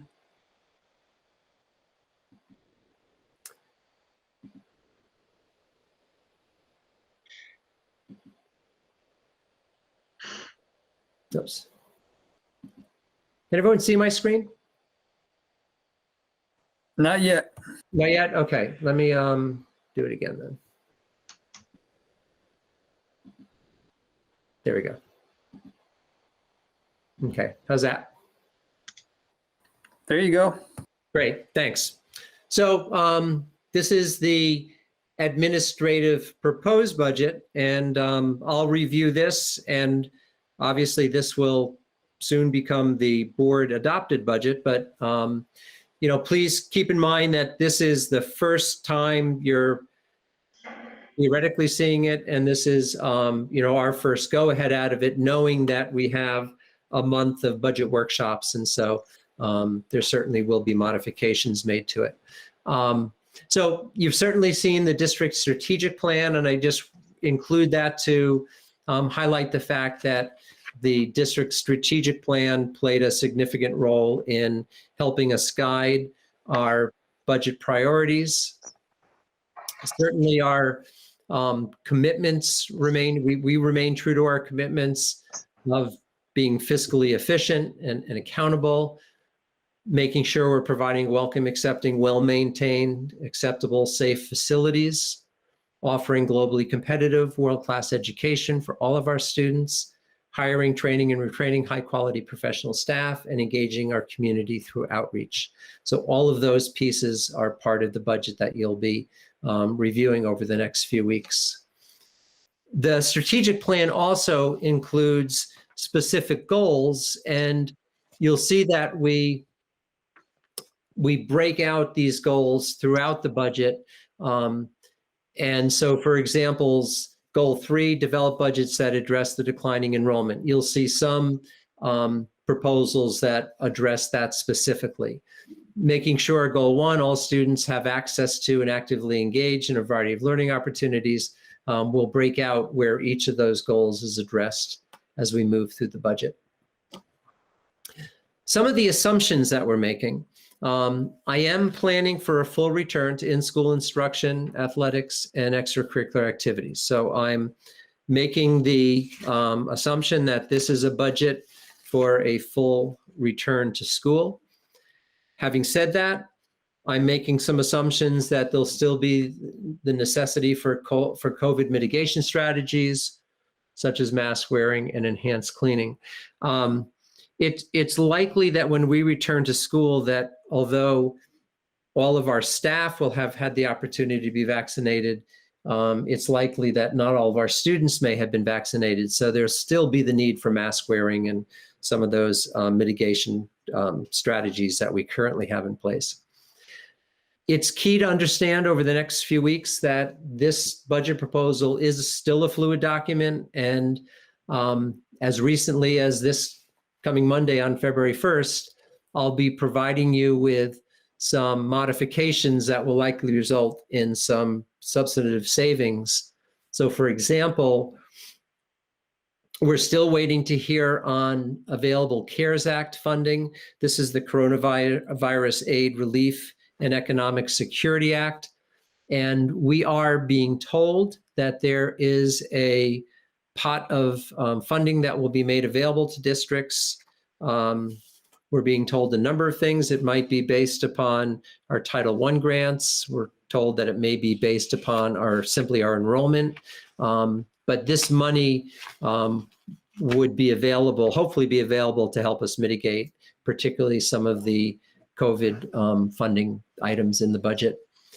We have some recently updated proposals that will impact our projections, and I'm happy to say that they'll all bring the budget down. So for example, in working with the insurance consortium, which includes RHAM, the 3 towns, and the elementary schools, we had agreed upon a 5.5% increase when we built the budget.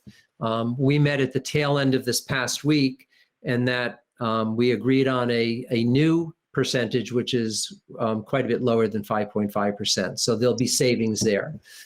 We know that in some of our departments, there are some very recent changes which will result in some substantive savings. So I'm happy to report that on February 1st, I anticipate that I'll be able to share a number of savings that will impact the percentage that I'll be quoting you at the end of this presentation.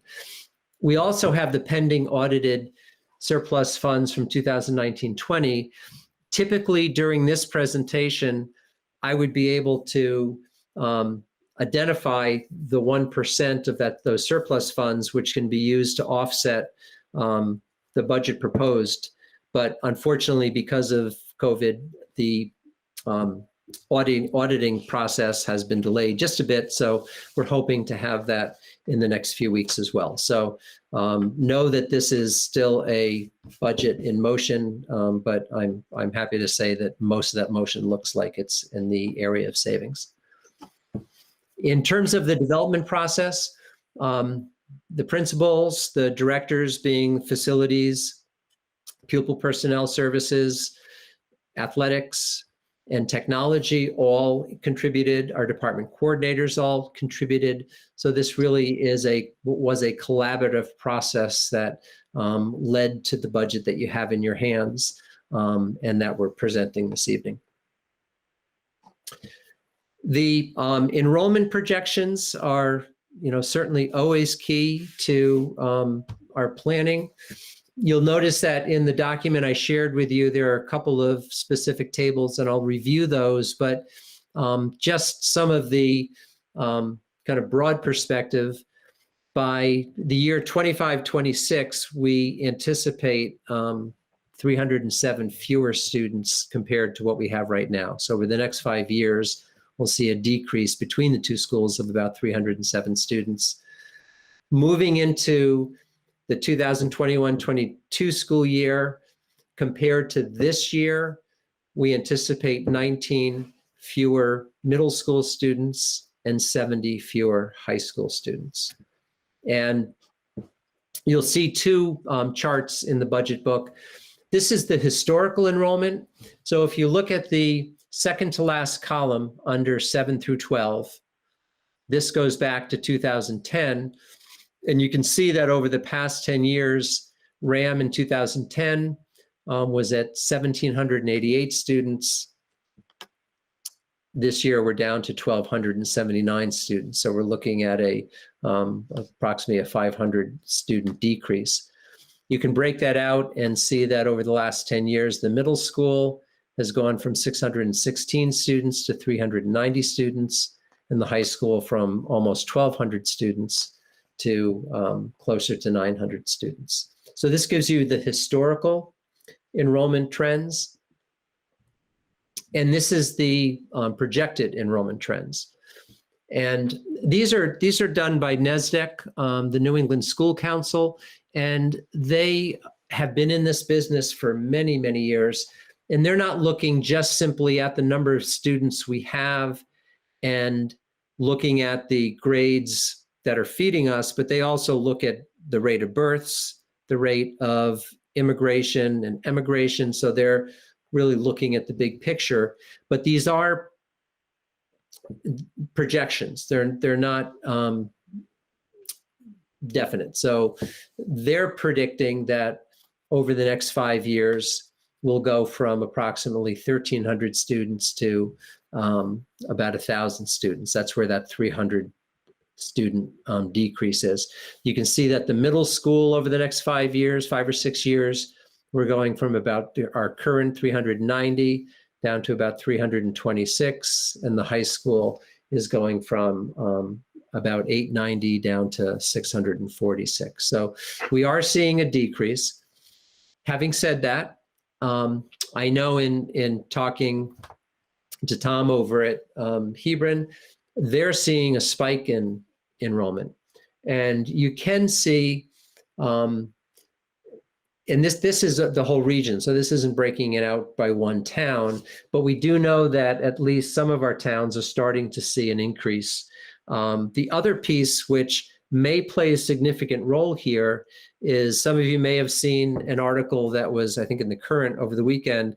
It identified the 10 towns that are experiencing the greatest number of home sales, and Marlborough is included in those towns. So we know that as a result of COVID, we're looking at some population movement that was completely unexpected, unanticipated. So these are projections that help us plan, but again, these are projections that may also prove not to be terribly accurate, particularly as the farther you go out. But we're pretty confident that looking at this year into next, we will likely see some decrease of students in the middle school and some decrease at the high school.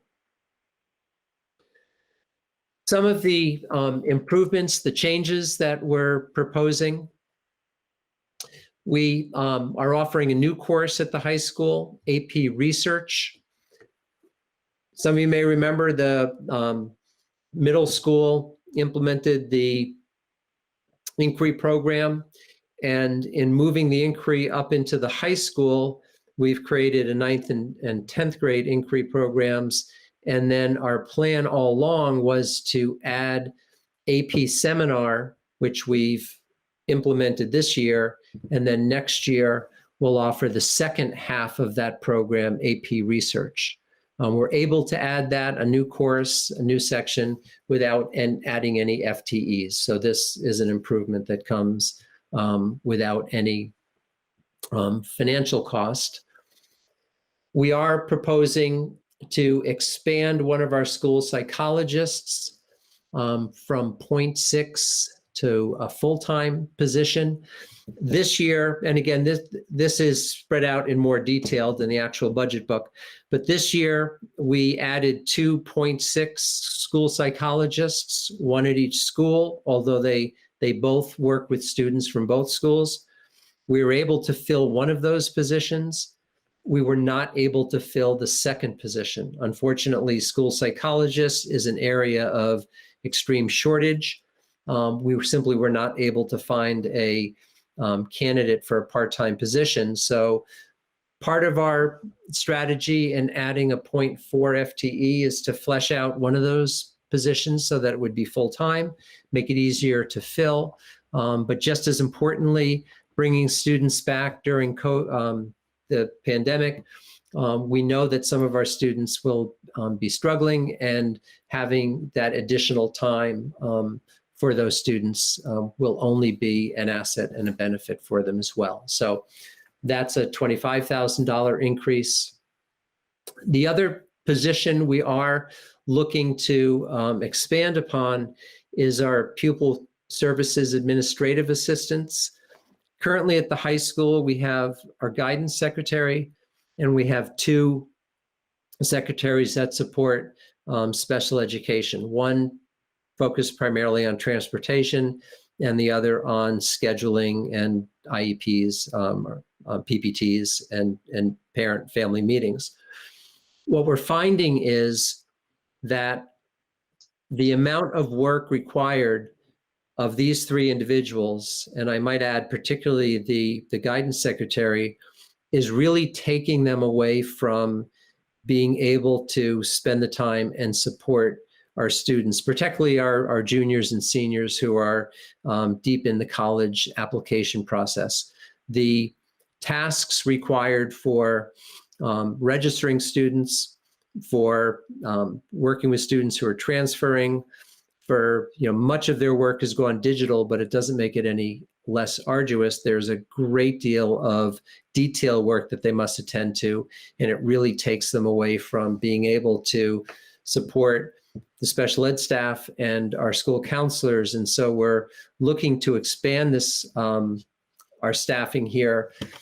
We're not asking to fully fund a full-time position. The $26,000 that we have listed there would not fund a full-time position. We're going to be using $10,000 from a grant to supplement that. So we'd actually be getting a full-time position without having to pay for it. So we're looking at some grant funding to supplement that as well. If you look at the budget book, you'll see in pages 11 through 12, there's more detail on those programs. Recognizing that we do have a decrease in enrollment, and we will have a continued decrease in enrollment for the next few years, we have an opportunity now where we have a couple of unfilled teaching positions moving into next year. Eliminating these 2 teaching positions would allow us to reduce staffing in recognition of reduced numbers of students without having to impact or eliminate anyone's job currently. So this would be an English teacher at the middle school and at the high school. And again, it would allow us to respond to the decreasing enrollment without having to actually remove anybody from their current jobs. Another reduction that we will be making is in our administrative assistant to the high school nurse. You may remember that coming into this year, we were able to use grant funds to hire an LPN who works out of the high school office. And the LPN was hired to support both nurses in the age of COVID, so that when a student comes to the nurse and needs to be isolated because they may have symptoms, our LPN is able to do so. They're also able to cover for our nurses if they have to be out. We're able to continue the LPN next year as a grant-funded position, and we're confident that the LPN can take over the role of the part-time administrative assistant to the high school nurse. So that would be a savings there. It would allow us to combine 2 positions that we feel would still meet all the needs of our students and our programs. And again, pages 11 through 12 in the budget book give you more detail on that information. Some of the drivers for the budget in the area of technology, and you're going to learn more about these next week on the 1st, but we have a number of software packages that some of them are COVID related, and I have a slide coming up that will identify those programs here that are COVID related. And some of them are really there to support the further move to technology learning across the board. Even when we're back full-time, normally back in school, we anticipate that our students will still need to have full and rich access to technology, so that these programs will help facilitate that. And again, you'll learn more specifics about each of these programs next week. In terms of hardware, we have some data switches that need to be replaced, and we're looking to bring some consistency to our leasing for the one-to-one Chromebooks. And so that has an impact on the budget as well. And again, you'll see the page numbers that list those areas. In the area of pupil personnel services, which is our special ed program, one of the drivers is the fact that as of today, we're required to provide continuing education for our students through the age of 22. This is new. Up until this previous year, we were obligated to provide education through the age of 21. A lawsuit is currently being adjudicated in the courts, and until that lawsuit is completed, right now we are responsible for these students through the age of 22. So we have approximately 8 students that we need to continue on for another year that last year we weren't planning on having that a responsibility. This may stay the same. This could change depending on which way the lawsuit goes, or if it's legislated at all this legislation season. We do have a number of new students entering the district with out-of-district programs, services, and transportation needs. So these are new students that we are currently aware of entering the building. These aren't spots that we're holding for students that may possibly come into the district. These address specific new students coming into the district with specific program needs. And we have one potential student coming in with a residential placement, which has a cost to it. So in the pupil personnel service area, these are the 3 areas that are driving the budget most significantly. In the area of facilities, I'll talk about the custodial tech services a little more under the COVID slide, but this allows us to provide a substitute pool to ensure the cleaning and sanitation of the building. As I said earlier, we still anticipate that COVID mitigation is going to be a priority, and so the budget does include things like gloves, masks, sanitation wipes, and cleaners that we might not have normally been purchasing outside of the pandemic. We have a number of cameras that we're looking to expand upon. We're in the midst of a planned camera update around the building. What this does is it brings cameras into places that we don't currently have. So we don't currently have cameras located in our kitchen, and we don't currently have cameras in our serving lines. And these are areas where we found, due to some recent activity, that it would really be critical for us to have the ability to have some sight lines in those areas. In terms of our food service equipment, one of our portable refrigeration units needs to be replaced. This is one of the units that was purchased with the building, so it's almost 20 years old at this point. Mike, Eve, and I have a meeting tomorrow with the Water Pollution Control Authority to look at what may be new sewer fees. We are hoping to keep those at a minimum. I know my understanding is that any of you that may live in Hebron with town water or town sewer, you may have experienced a spike in your fees. We've already experienced a spike in our fees, an unanticipated spike for this year, and we're being told that there could very well be another significant spike. So hence, RHAM and Hebron Elementary School is meeting with the Water Pollution Control tomorrow night to see what we can do to minimize any increase there. In terms of spending in this budget, that really is specific to COVID. As I mentioned, in terms of software, Schoology, Google Enterprise, and Zoom, these are all exactly what we're doing right now. We're on Google Meet. We have teachers that are using Schoology, which offers additional resources, as does Zoom, but these all come with a cost. Right now, we don't know which of these programs, if any, we're going to still need next year. Although I am preparing for a full return to school, we don't know yet whether the state is still going to require us to allow students to remain remote. If we bring back our students and plan for a normal year, yet the state allows students to choose to remain remote, we're going to have to plan on a way of reaching those students. And so some of these software tools that we rely on so heavily this year may still be critical to us next year, even though the vast majority of us are back in school. For the custodial tech services, there's approximately $64,000 that provides us with access to a substitute pool.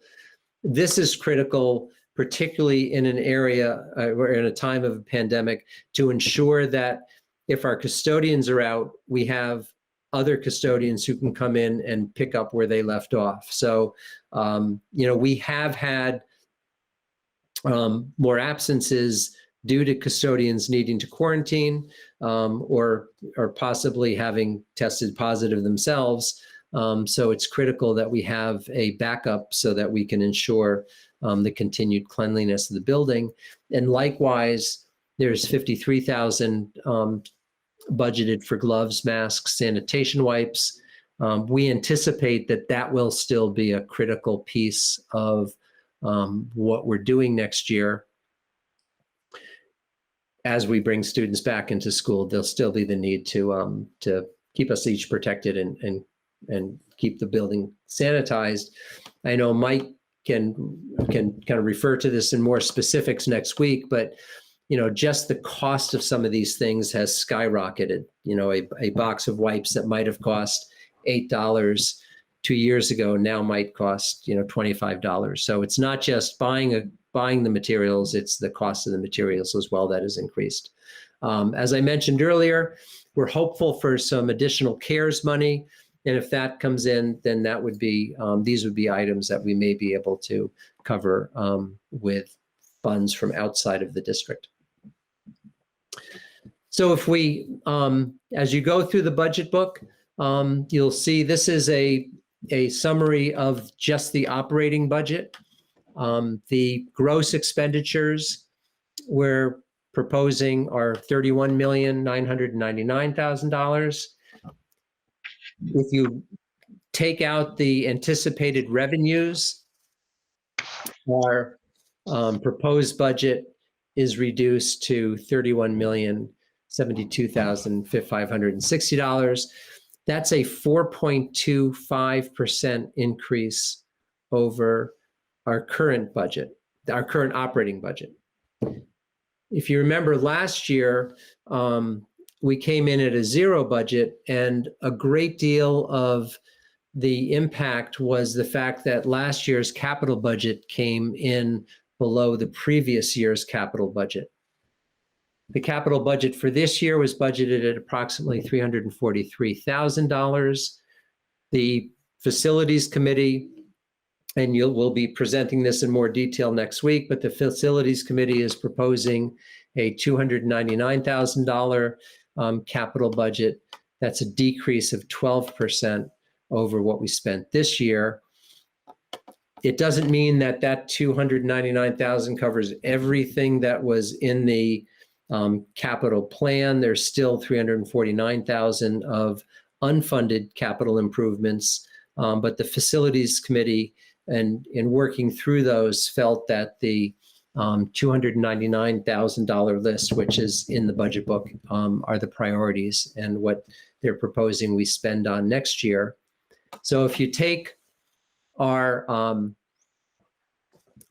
operating budget and you add that to the capital budget, the total budget is $31,372,000. That's a 4.06% change from last year. And again, I'll remind you that next Monday, I hope to bring you some savings, which will impact that number, so that don't stick on that 4.06. That we will see some changes in that. Just to give you historical perspective, over the last 5 years, we've gone from a 2.7, 1.7, 2.8. Last year was the 0% budget. And again, our initial proposal this year comes in at 4.06. Moving forward, so this really tonight, again, is the handing off of the proposed budget with a kind of the overview of what's driving what you'll find in the budget. Next Monday, we'll have our special ed director, technology director, facilities, and athletic director to review their budgets. And each one will really highlight the most important things that are either decreasing or increasing the budget, so there will be time for discussion. And then Monday, February 8th and February 22nd, the coordinators will be present for those meetings. Rather than presenting their entire presentations, which they've done in the past, which are fantastic and really informational, they took up pretty much most of our time together, so there was less time to discuss and I think a lot of time to listen. So instead, what the coordinators will be doing, they'll be providing those presentations to us. They won't be actually presenting them. Instead, they'll highlight on just those items that are most significantly impacting the budget. So the February 8th and February 22nd will really be opportunities for discussion regarding whether it be those departments or the budget in general. So I'm hopeful that at each one of those meetings, there'll be plenty of time to answer questions and engage in discussion. The Monday, March 1st meeting is currently not scheduled. And one of the items we've been discussing is the fact that we'd like to provide community members with an opportunity, rather than just speaking at public comment, but to actually engage and ask questions. So I'm proposing that we approve March 1st as an additional budget forum so that members of the community can engage and ask questions. We have until April 5th, so if March 1st doesn't work for everybody, hopefully we can find another Monday in March. On Monday, April 5th, this is the formal budget hearing and the special Board of Ed meeting where you approve the budget or adopt the budget. And that really is more of a hearing than it is a give and take with the public. So by April 5th, the budget itself is usually pretty well put together. And then the budget referendum is scheduled for Tuesday, May 4th this year. And certainly I'd be happy to answer any initial questions. And what I would ask is that as you go through the budget and generate questions, please, by all means, share those with me. If we can get as many of those questions prior to noon on Wednesday, that would be fantastic, only because it gives Eva and I just that much more time to make sure that we give thorough answers to your questions. If the questions come to us too late on a Thursday or Friday, it might be, and we get a lot of them, it might be hard to get to all of them. So, we'll certainly answer every question you send us, but if we can get those questions by, midday on Wednesday, that would be fantastic. And that's it. Thank you, Scott. Does anyone have any questions right now regarding any of the meetings or the presentation that Scott gave us? I think, Stephanie, we would need to agree on, adding that extra meeting On March 1st, yeah. Yeah, and coordinating the date. If, again, if March 1st doesn't work for everybody, to look for a date that might be. Right. We had, just to clarify, we had discussed having a community forum question and answer date in February, but after Scott and I put our heads together, we really felt like it needed to be a little bit later, so we had more time to process the budget ourselves by and get the department coordinators presentations down and really have time to hash things over before we took questions from the public, because it's a little bit difficult to answer questions when you have things that are kind of fluid. So that's why we put it to March 1st. Judy? Yeah, no, I was just going to say I really support that. I think we obviously value the public's input. We want it. We want their questions. But the hours that we put into the budget are just enormous. And it's helpful if we have that time to really understand it and to ask questions and to do homework. And then certainly to listen to them, to answer their questions, to take everything into account.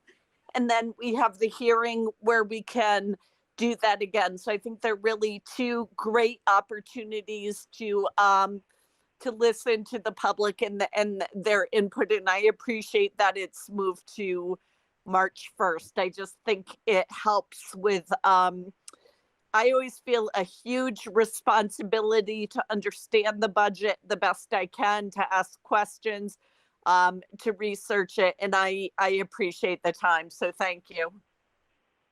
And it also gives us opportunity if we feel like we need more time for the public or more time for ourselves later in March, we have a little bit of wiggle room as well to address that. So Jess, you had your hand raised? And I was just going to absolutely agree with that. I also think with some of the changes that we might see with federal funding, a little bit more time is going to be really important. I think it's going to be a little fluid as we go forward. This is Jean. I would echo what Jessica just said. These are moving numbers. There's no point in doing a lot of presentation, or, we really need to have a more solid foundation before we do anything. Anyone else? Okay, so we need, I guess, a vote to add March 1st as a date for a public budget forum.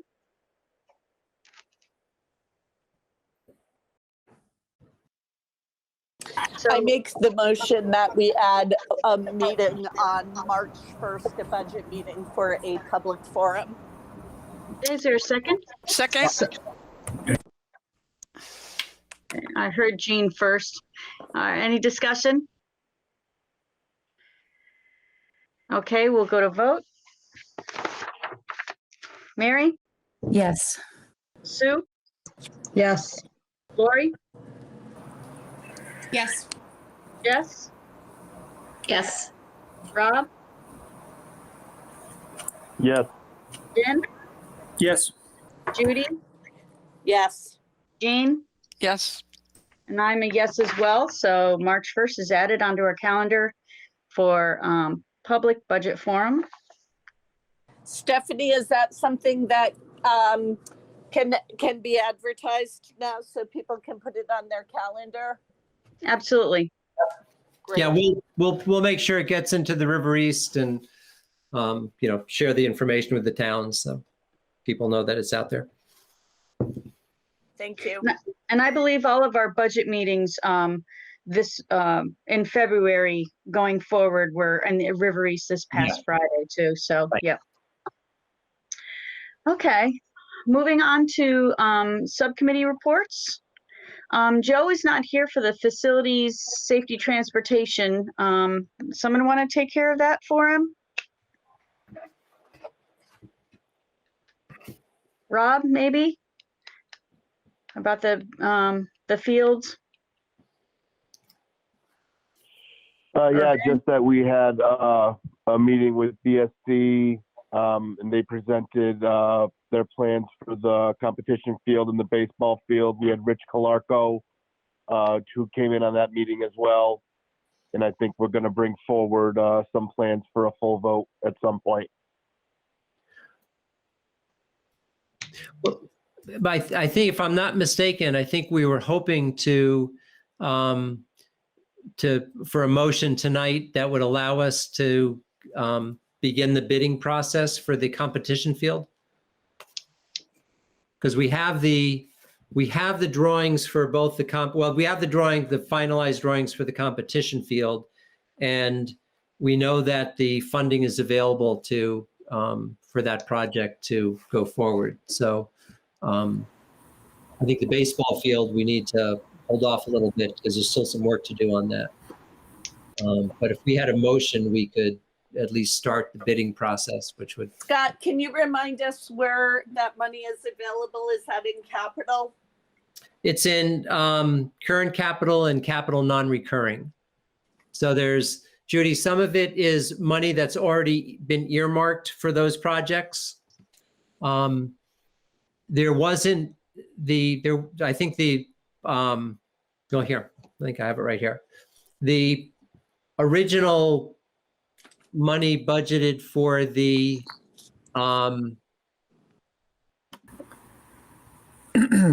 competition field.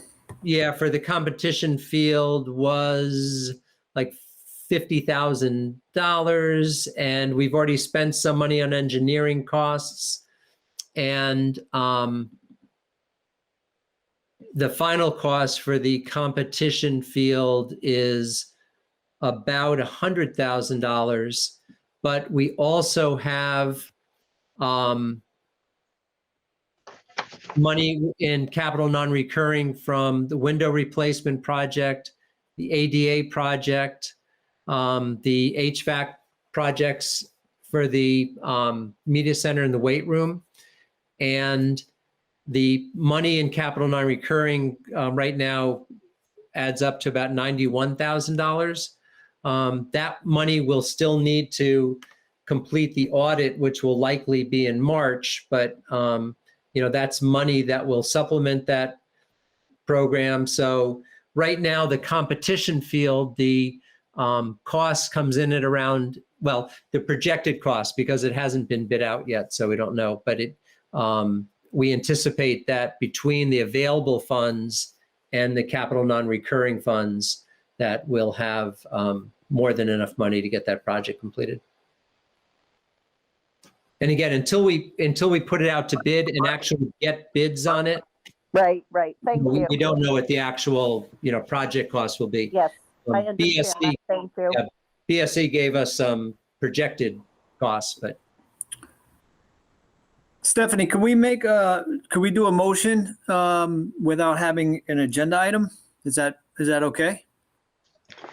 Does it have to be on the agenda? If we can, Vinny, if you suggest it and we get 2/3 in approving what you suggest, then it can be a new item added. Okay. So do I have to add it as an item, or could I just make the motion? You have to make the motion to add that as an item. I'll second it for you and I'll vote for it. I mean, everybody else can vote how they want. Okay, I'll make the motion that we add the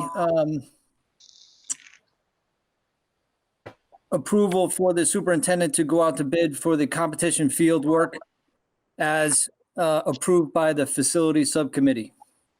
Okay, I second that. And Stephanie, usually that's put, at whatever number it makes sense down on the agenda. But I'll second that we add it to the agenda. Okay, so we're voting on this motion being added to the agenda. Is there any discussion? Okay, we'll go to vote. Mary, Yes. Sue, Yes. Lori, Yes. Jess, Yes. Rob, Yes. Ben, Yes. Judy, Yes. and Jean. Yes. Okay, it's unanimous that we're going to add this to the agenda. Now we need a motion to go to bid. Is that, Stephanie, is that the right number? I don't have the agenda in front of me. 12.1. I don't know. Is that, but is that where it gets added? Are there any other new agenda items? Because it usually is last on there. Just, I can go get it. It's in the other 15? room. No, Judy, 15. Judy, are you referring to number 4, add delete items? Yeah, not just that, Scott, that when we add delete, we can, but then it gets added after all your other kind of action items. And I'm going in to get. Oh, so does that mean it has to go after student discipline? That's not an action No, item. that's informational. It goes after action items. I think it's 11.5 then. Yeah, I do too. Yeah, I do too. Yep. So is that where we are? No, we're actually on 12. Okay, well, maybe we can we go? 12.1. Yeah, whatever. I just want to make, and everybody, I just want to, you know, and as people have requested that we do things properly, and I think this is a great thing to do. I think, yeah, we just want to add it wherever, right here, 12.1 or whatever. Well, to make things less complicated, do you want to add this to next Monday's agenda? No, I think we could do it as 12.1, Stephanie. I don't see. I agree with Sue. Okay, we'll add it as item number 12.1. Motion to go to bid for the competition field drainage system. So moved. Yeah. Second. Okay, is there any discussion? I'll just in terms of this facility subcommittee, this was discussed extensively, along as Rob said, with Rich Calarco and the athletic director, the superintendent, and the BSC group. And this has been an ongoing problem that we've had at the comp field. We know it's been a problem, and it's going to be continue to be a problem until we get it fixed. And it could cause bodily injury to our athletes that are playing on the field, or track people that use the field, track athletes, and also could do damage to the track itself, which many of the townspeople use. So again, we have the funds available, and I would just ask the board to vote in favor of this. Thank you. Any other discussion? Okay, we'll go to vote. Mary, Yes. Sue, Yes. Lori, Yes. Jess, Yes. Rob, Yes. Ben, Yes. Judy, Yes. Jean, Yes. and I'm a yes as well. So motion passes. It will be going out to bid. Okay, moving on to Finance, Audit, Compliance, and Insurance Subcommittee. Said the January 7th meeting members discussed how the Board of Ed would like the budget for 21-22 presented. Is there any additional information from that subcommittee? No, that's what we discussed. Pretty straightforward. Okay. All right, negotiations. They have a meeting, I believe it's next Wednesday. They're going to start the non-certified personnel negotiations. Policy. Stephanie, can you make sure that those meetings get forwarded to us the way that they did before, Yeah. so that if we have Google calendars, they just get added on? Yeah, Yes, because yeah, I don't see it on my calendar either, because I'm used to that as well, so. okay, yeah, we'll make sure that that happens. It's out there. Thank you. Yeah, and if you wouldn't mind just sending us the dates before, I don't know, whatever's easier, so I can put it on my calendar as soon as possible. Yep. Okay. Policy, did you meet? Yeah, we met, just the big thing was the graduation requirements, and we had a first reading on some of the transportation stuff. So, but the graduation requirements were the big thing, which came to a vote tonight. Thanks. Okay.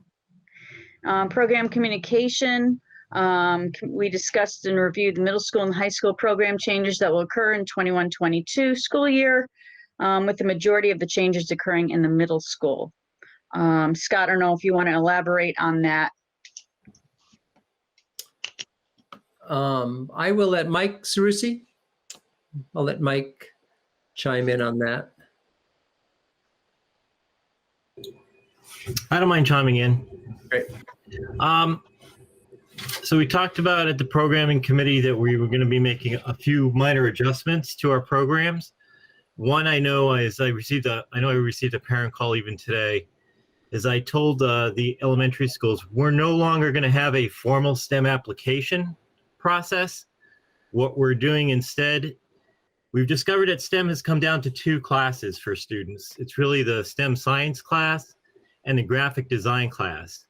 Many years ago when this was created, the idea was to push the new science standards, NGSS, Next Generation Science Standards, into our curriculum. We thought a good way of doing it was using a STEM science class as sort of the method of pushing it into the whole curriculum. At the time, the board did ask if we could expand offerings to the kids, including STEM for all students, not just specific ones. And so we've sort of come to that point now where we can actually do that.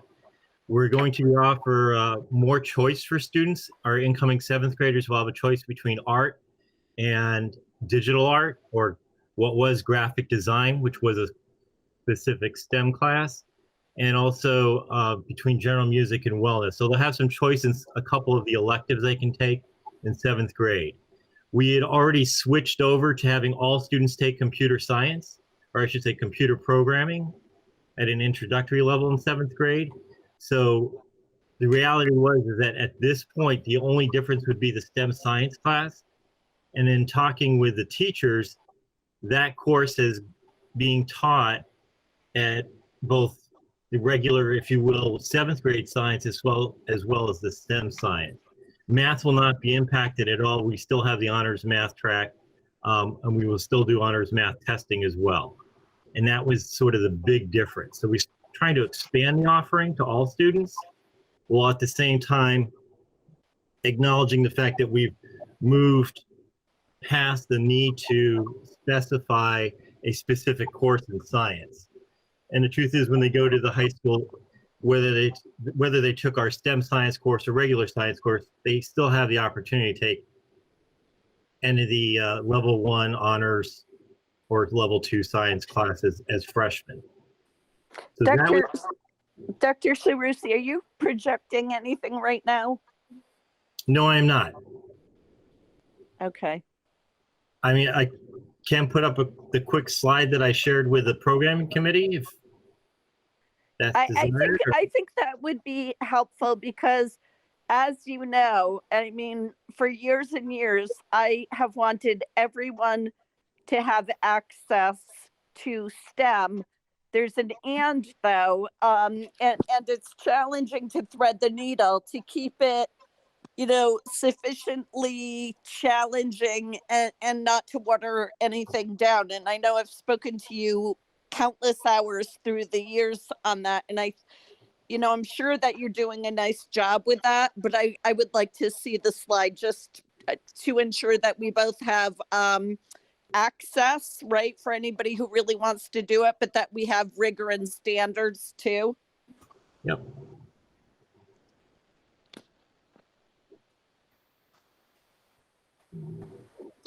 So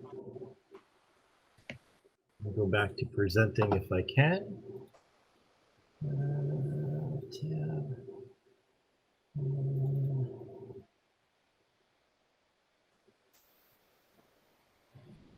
Okay. Can you see the proposed changes for next year? Yep.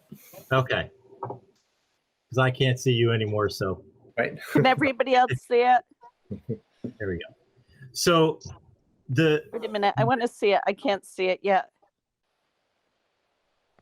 Can everybody else see it? Yes, we can see it. Okay, And we can certainly send this out. that'd be perfect. Thank you. Okay. So the one change, a couple of changes was increasing world language to half a year for 7th grade. We're able to do that in our current structure. Starting in 7th grade, no formal STEM program, so we can increase the choice for all students. We would continue with the honors math. And the choices for 7th graders would be personal wellness or general music in 7th. They could elect one or the other as an elective, or art and digital art. Our literacy intervention class would go on teen in some form. So the biggest change really is the STEM program and the increase in world language and giving choice. And we thought that was a good way to meet the request from the board from years ago, but also giving kids the opportunity if they want to take something like digital art. So Dr. Sarusi, I applaud extra world language or increased world language. That's very important. I am not able to see the slide at the moment. I see you though, but is it as rigorous? You can assure us that. Yeah. Okay. Yes. Yep. Okay. Thank you.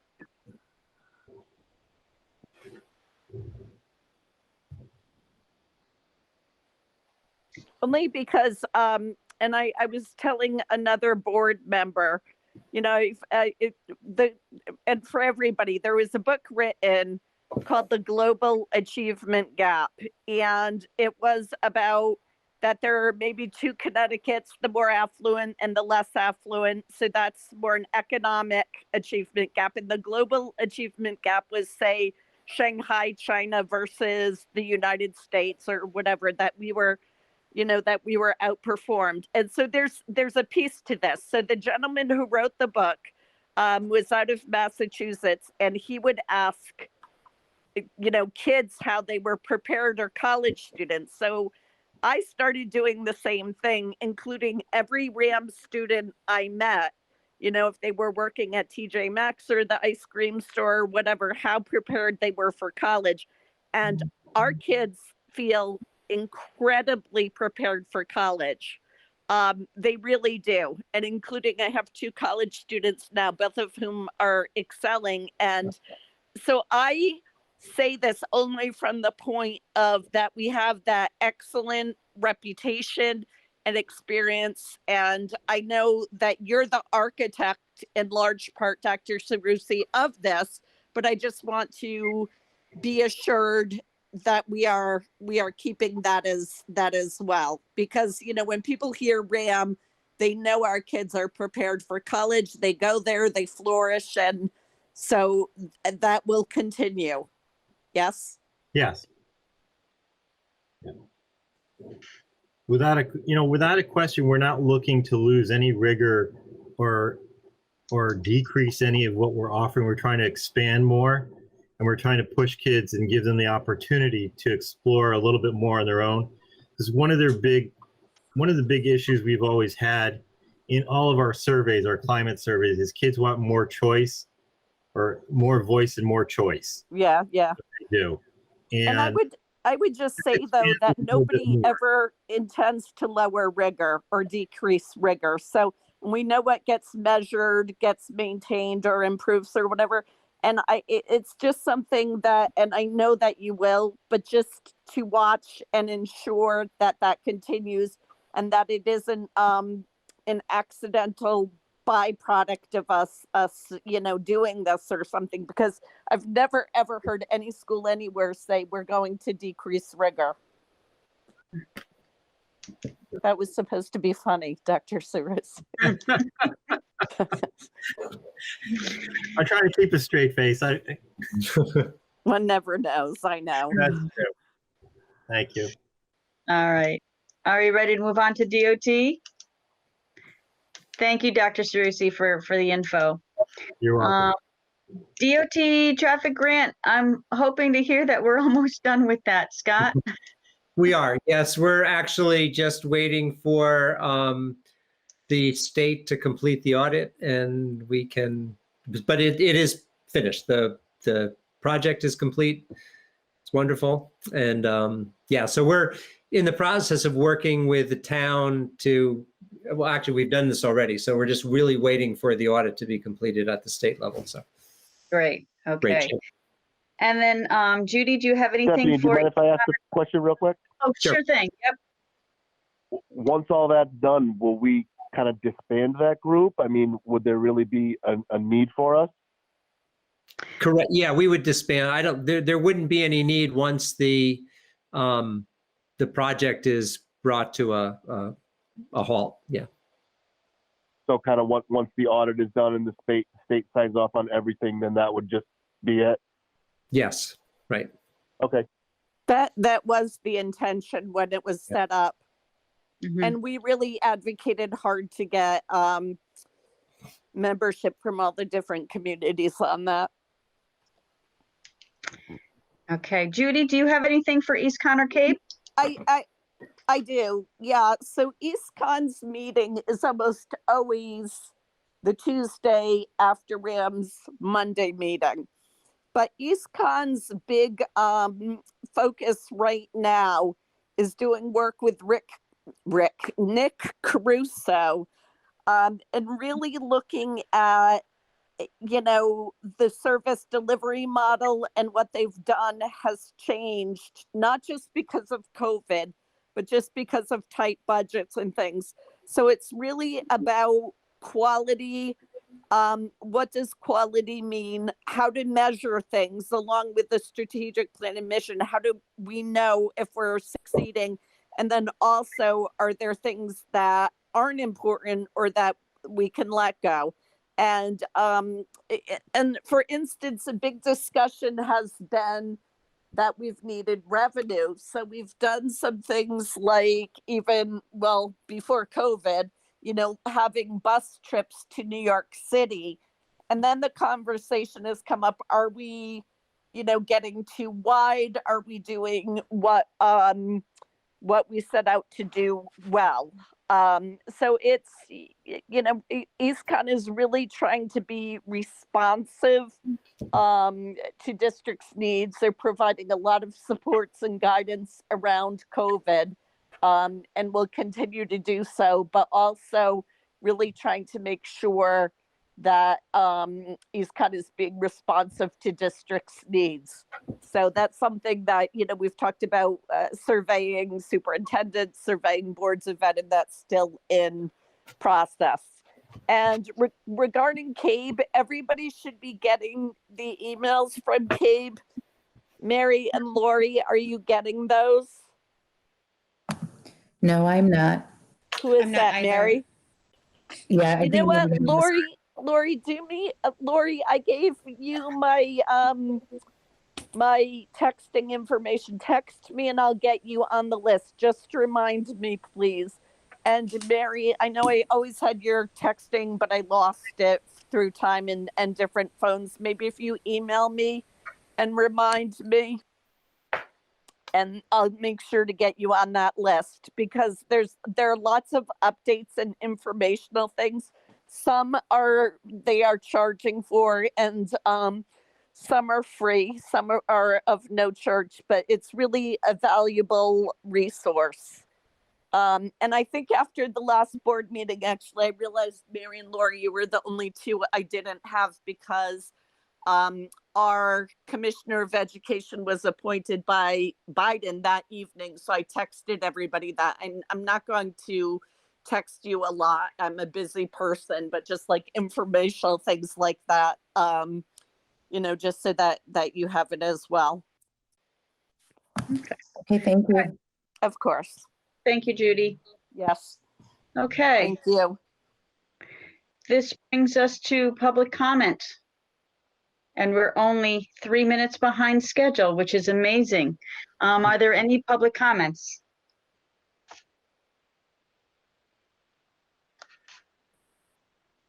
I am not hearing any at the moment. Okay, we'll move on to number 14, informational items. Calendar of events for high school and middle school and student discipline for high school and middle school. Scott, you want to address on anything about that, or does anyone have any questions? Pretty straightforward stuff. Yep, pretty straightforward. Okay. Sounds like it's time for adjournment. Make a motion to adjourn. Right, is there a second? Second. Any discussion on that? All right, all in favor? Aye. Aye. Bye. All right, good night, everybody. Thank you for coming, and we'll see you Monday for another budget meeting. Thank you.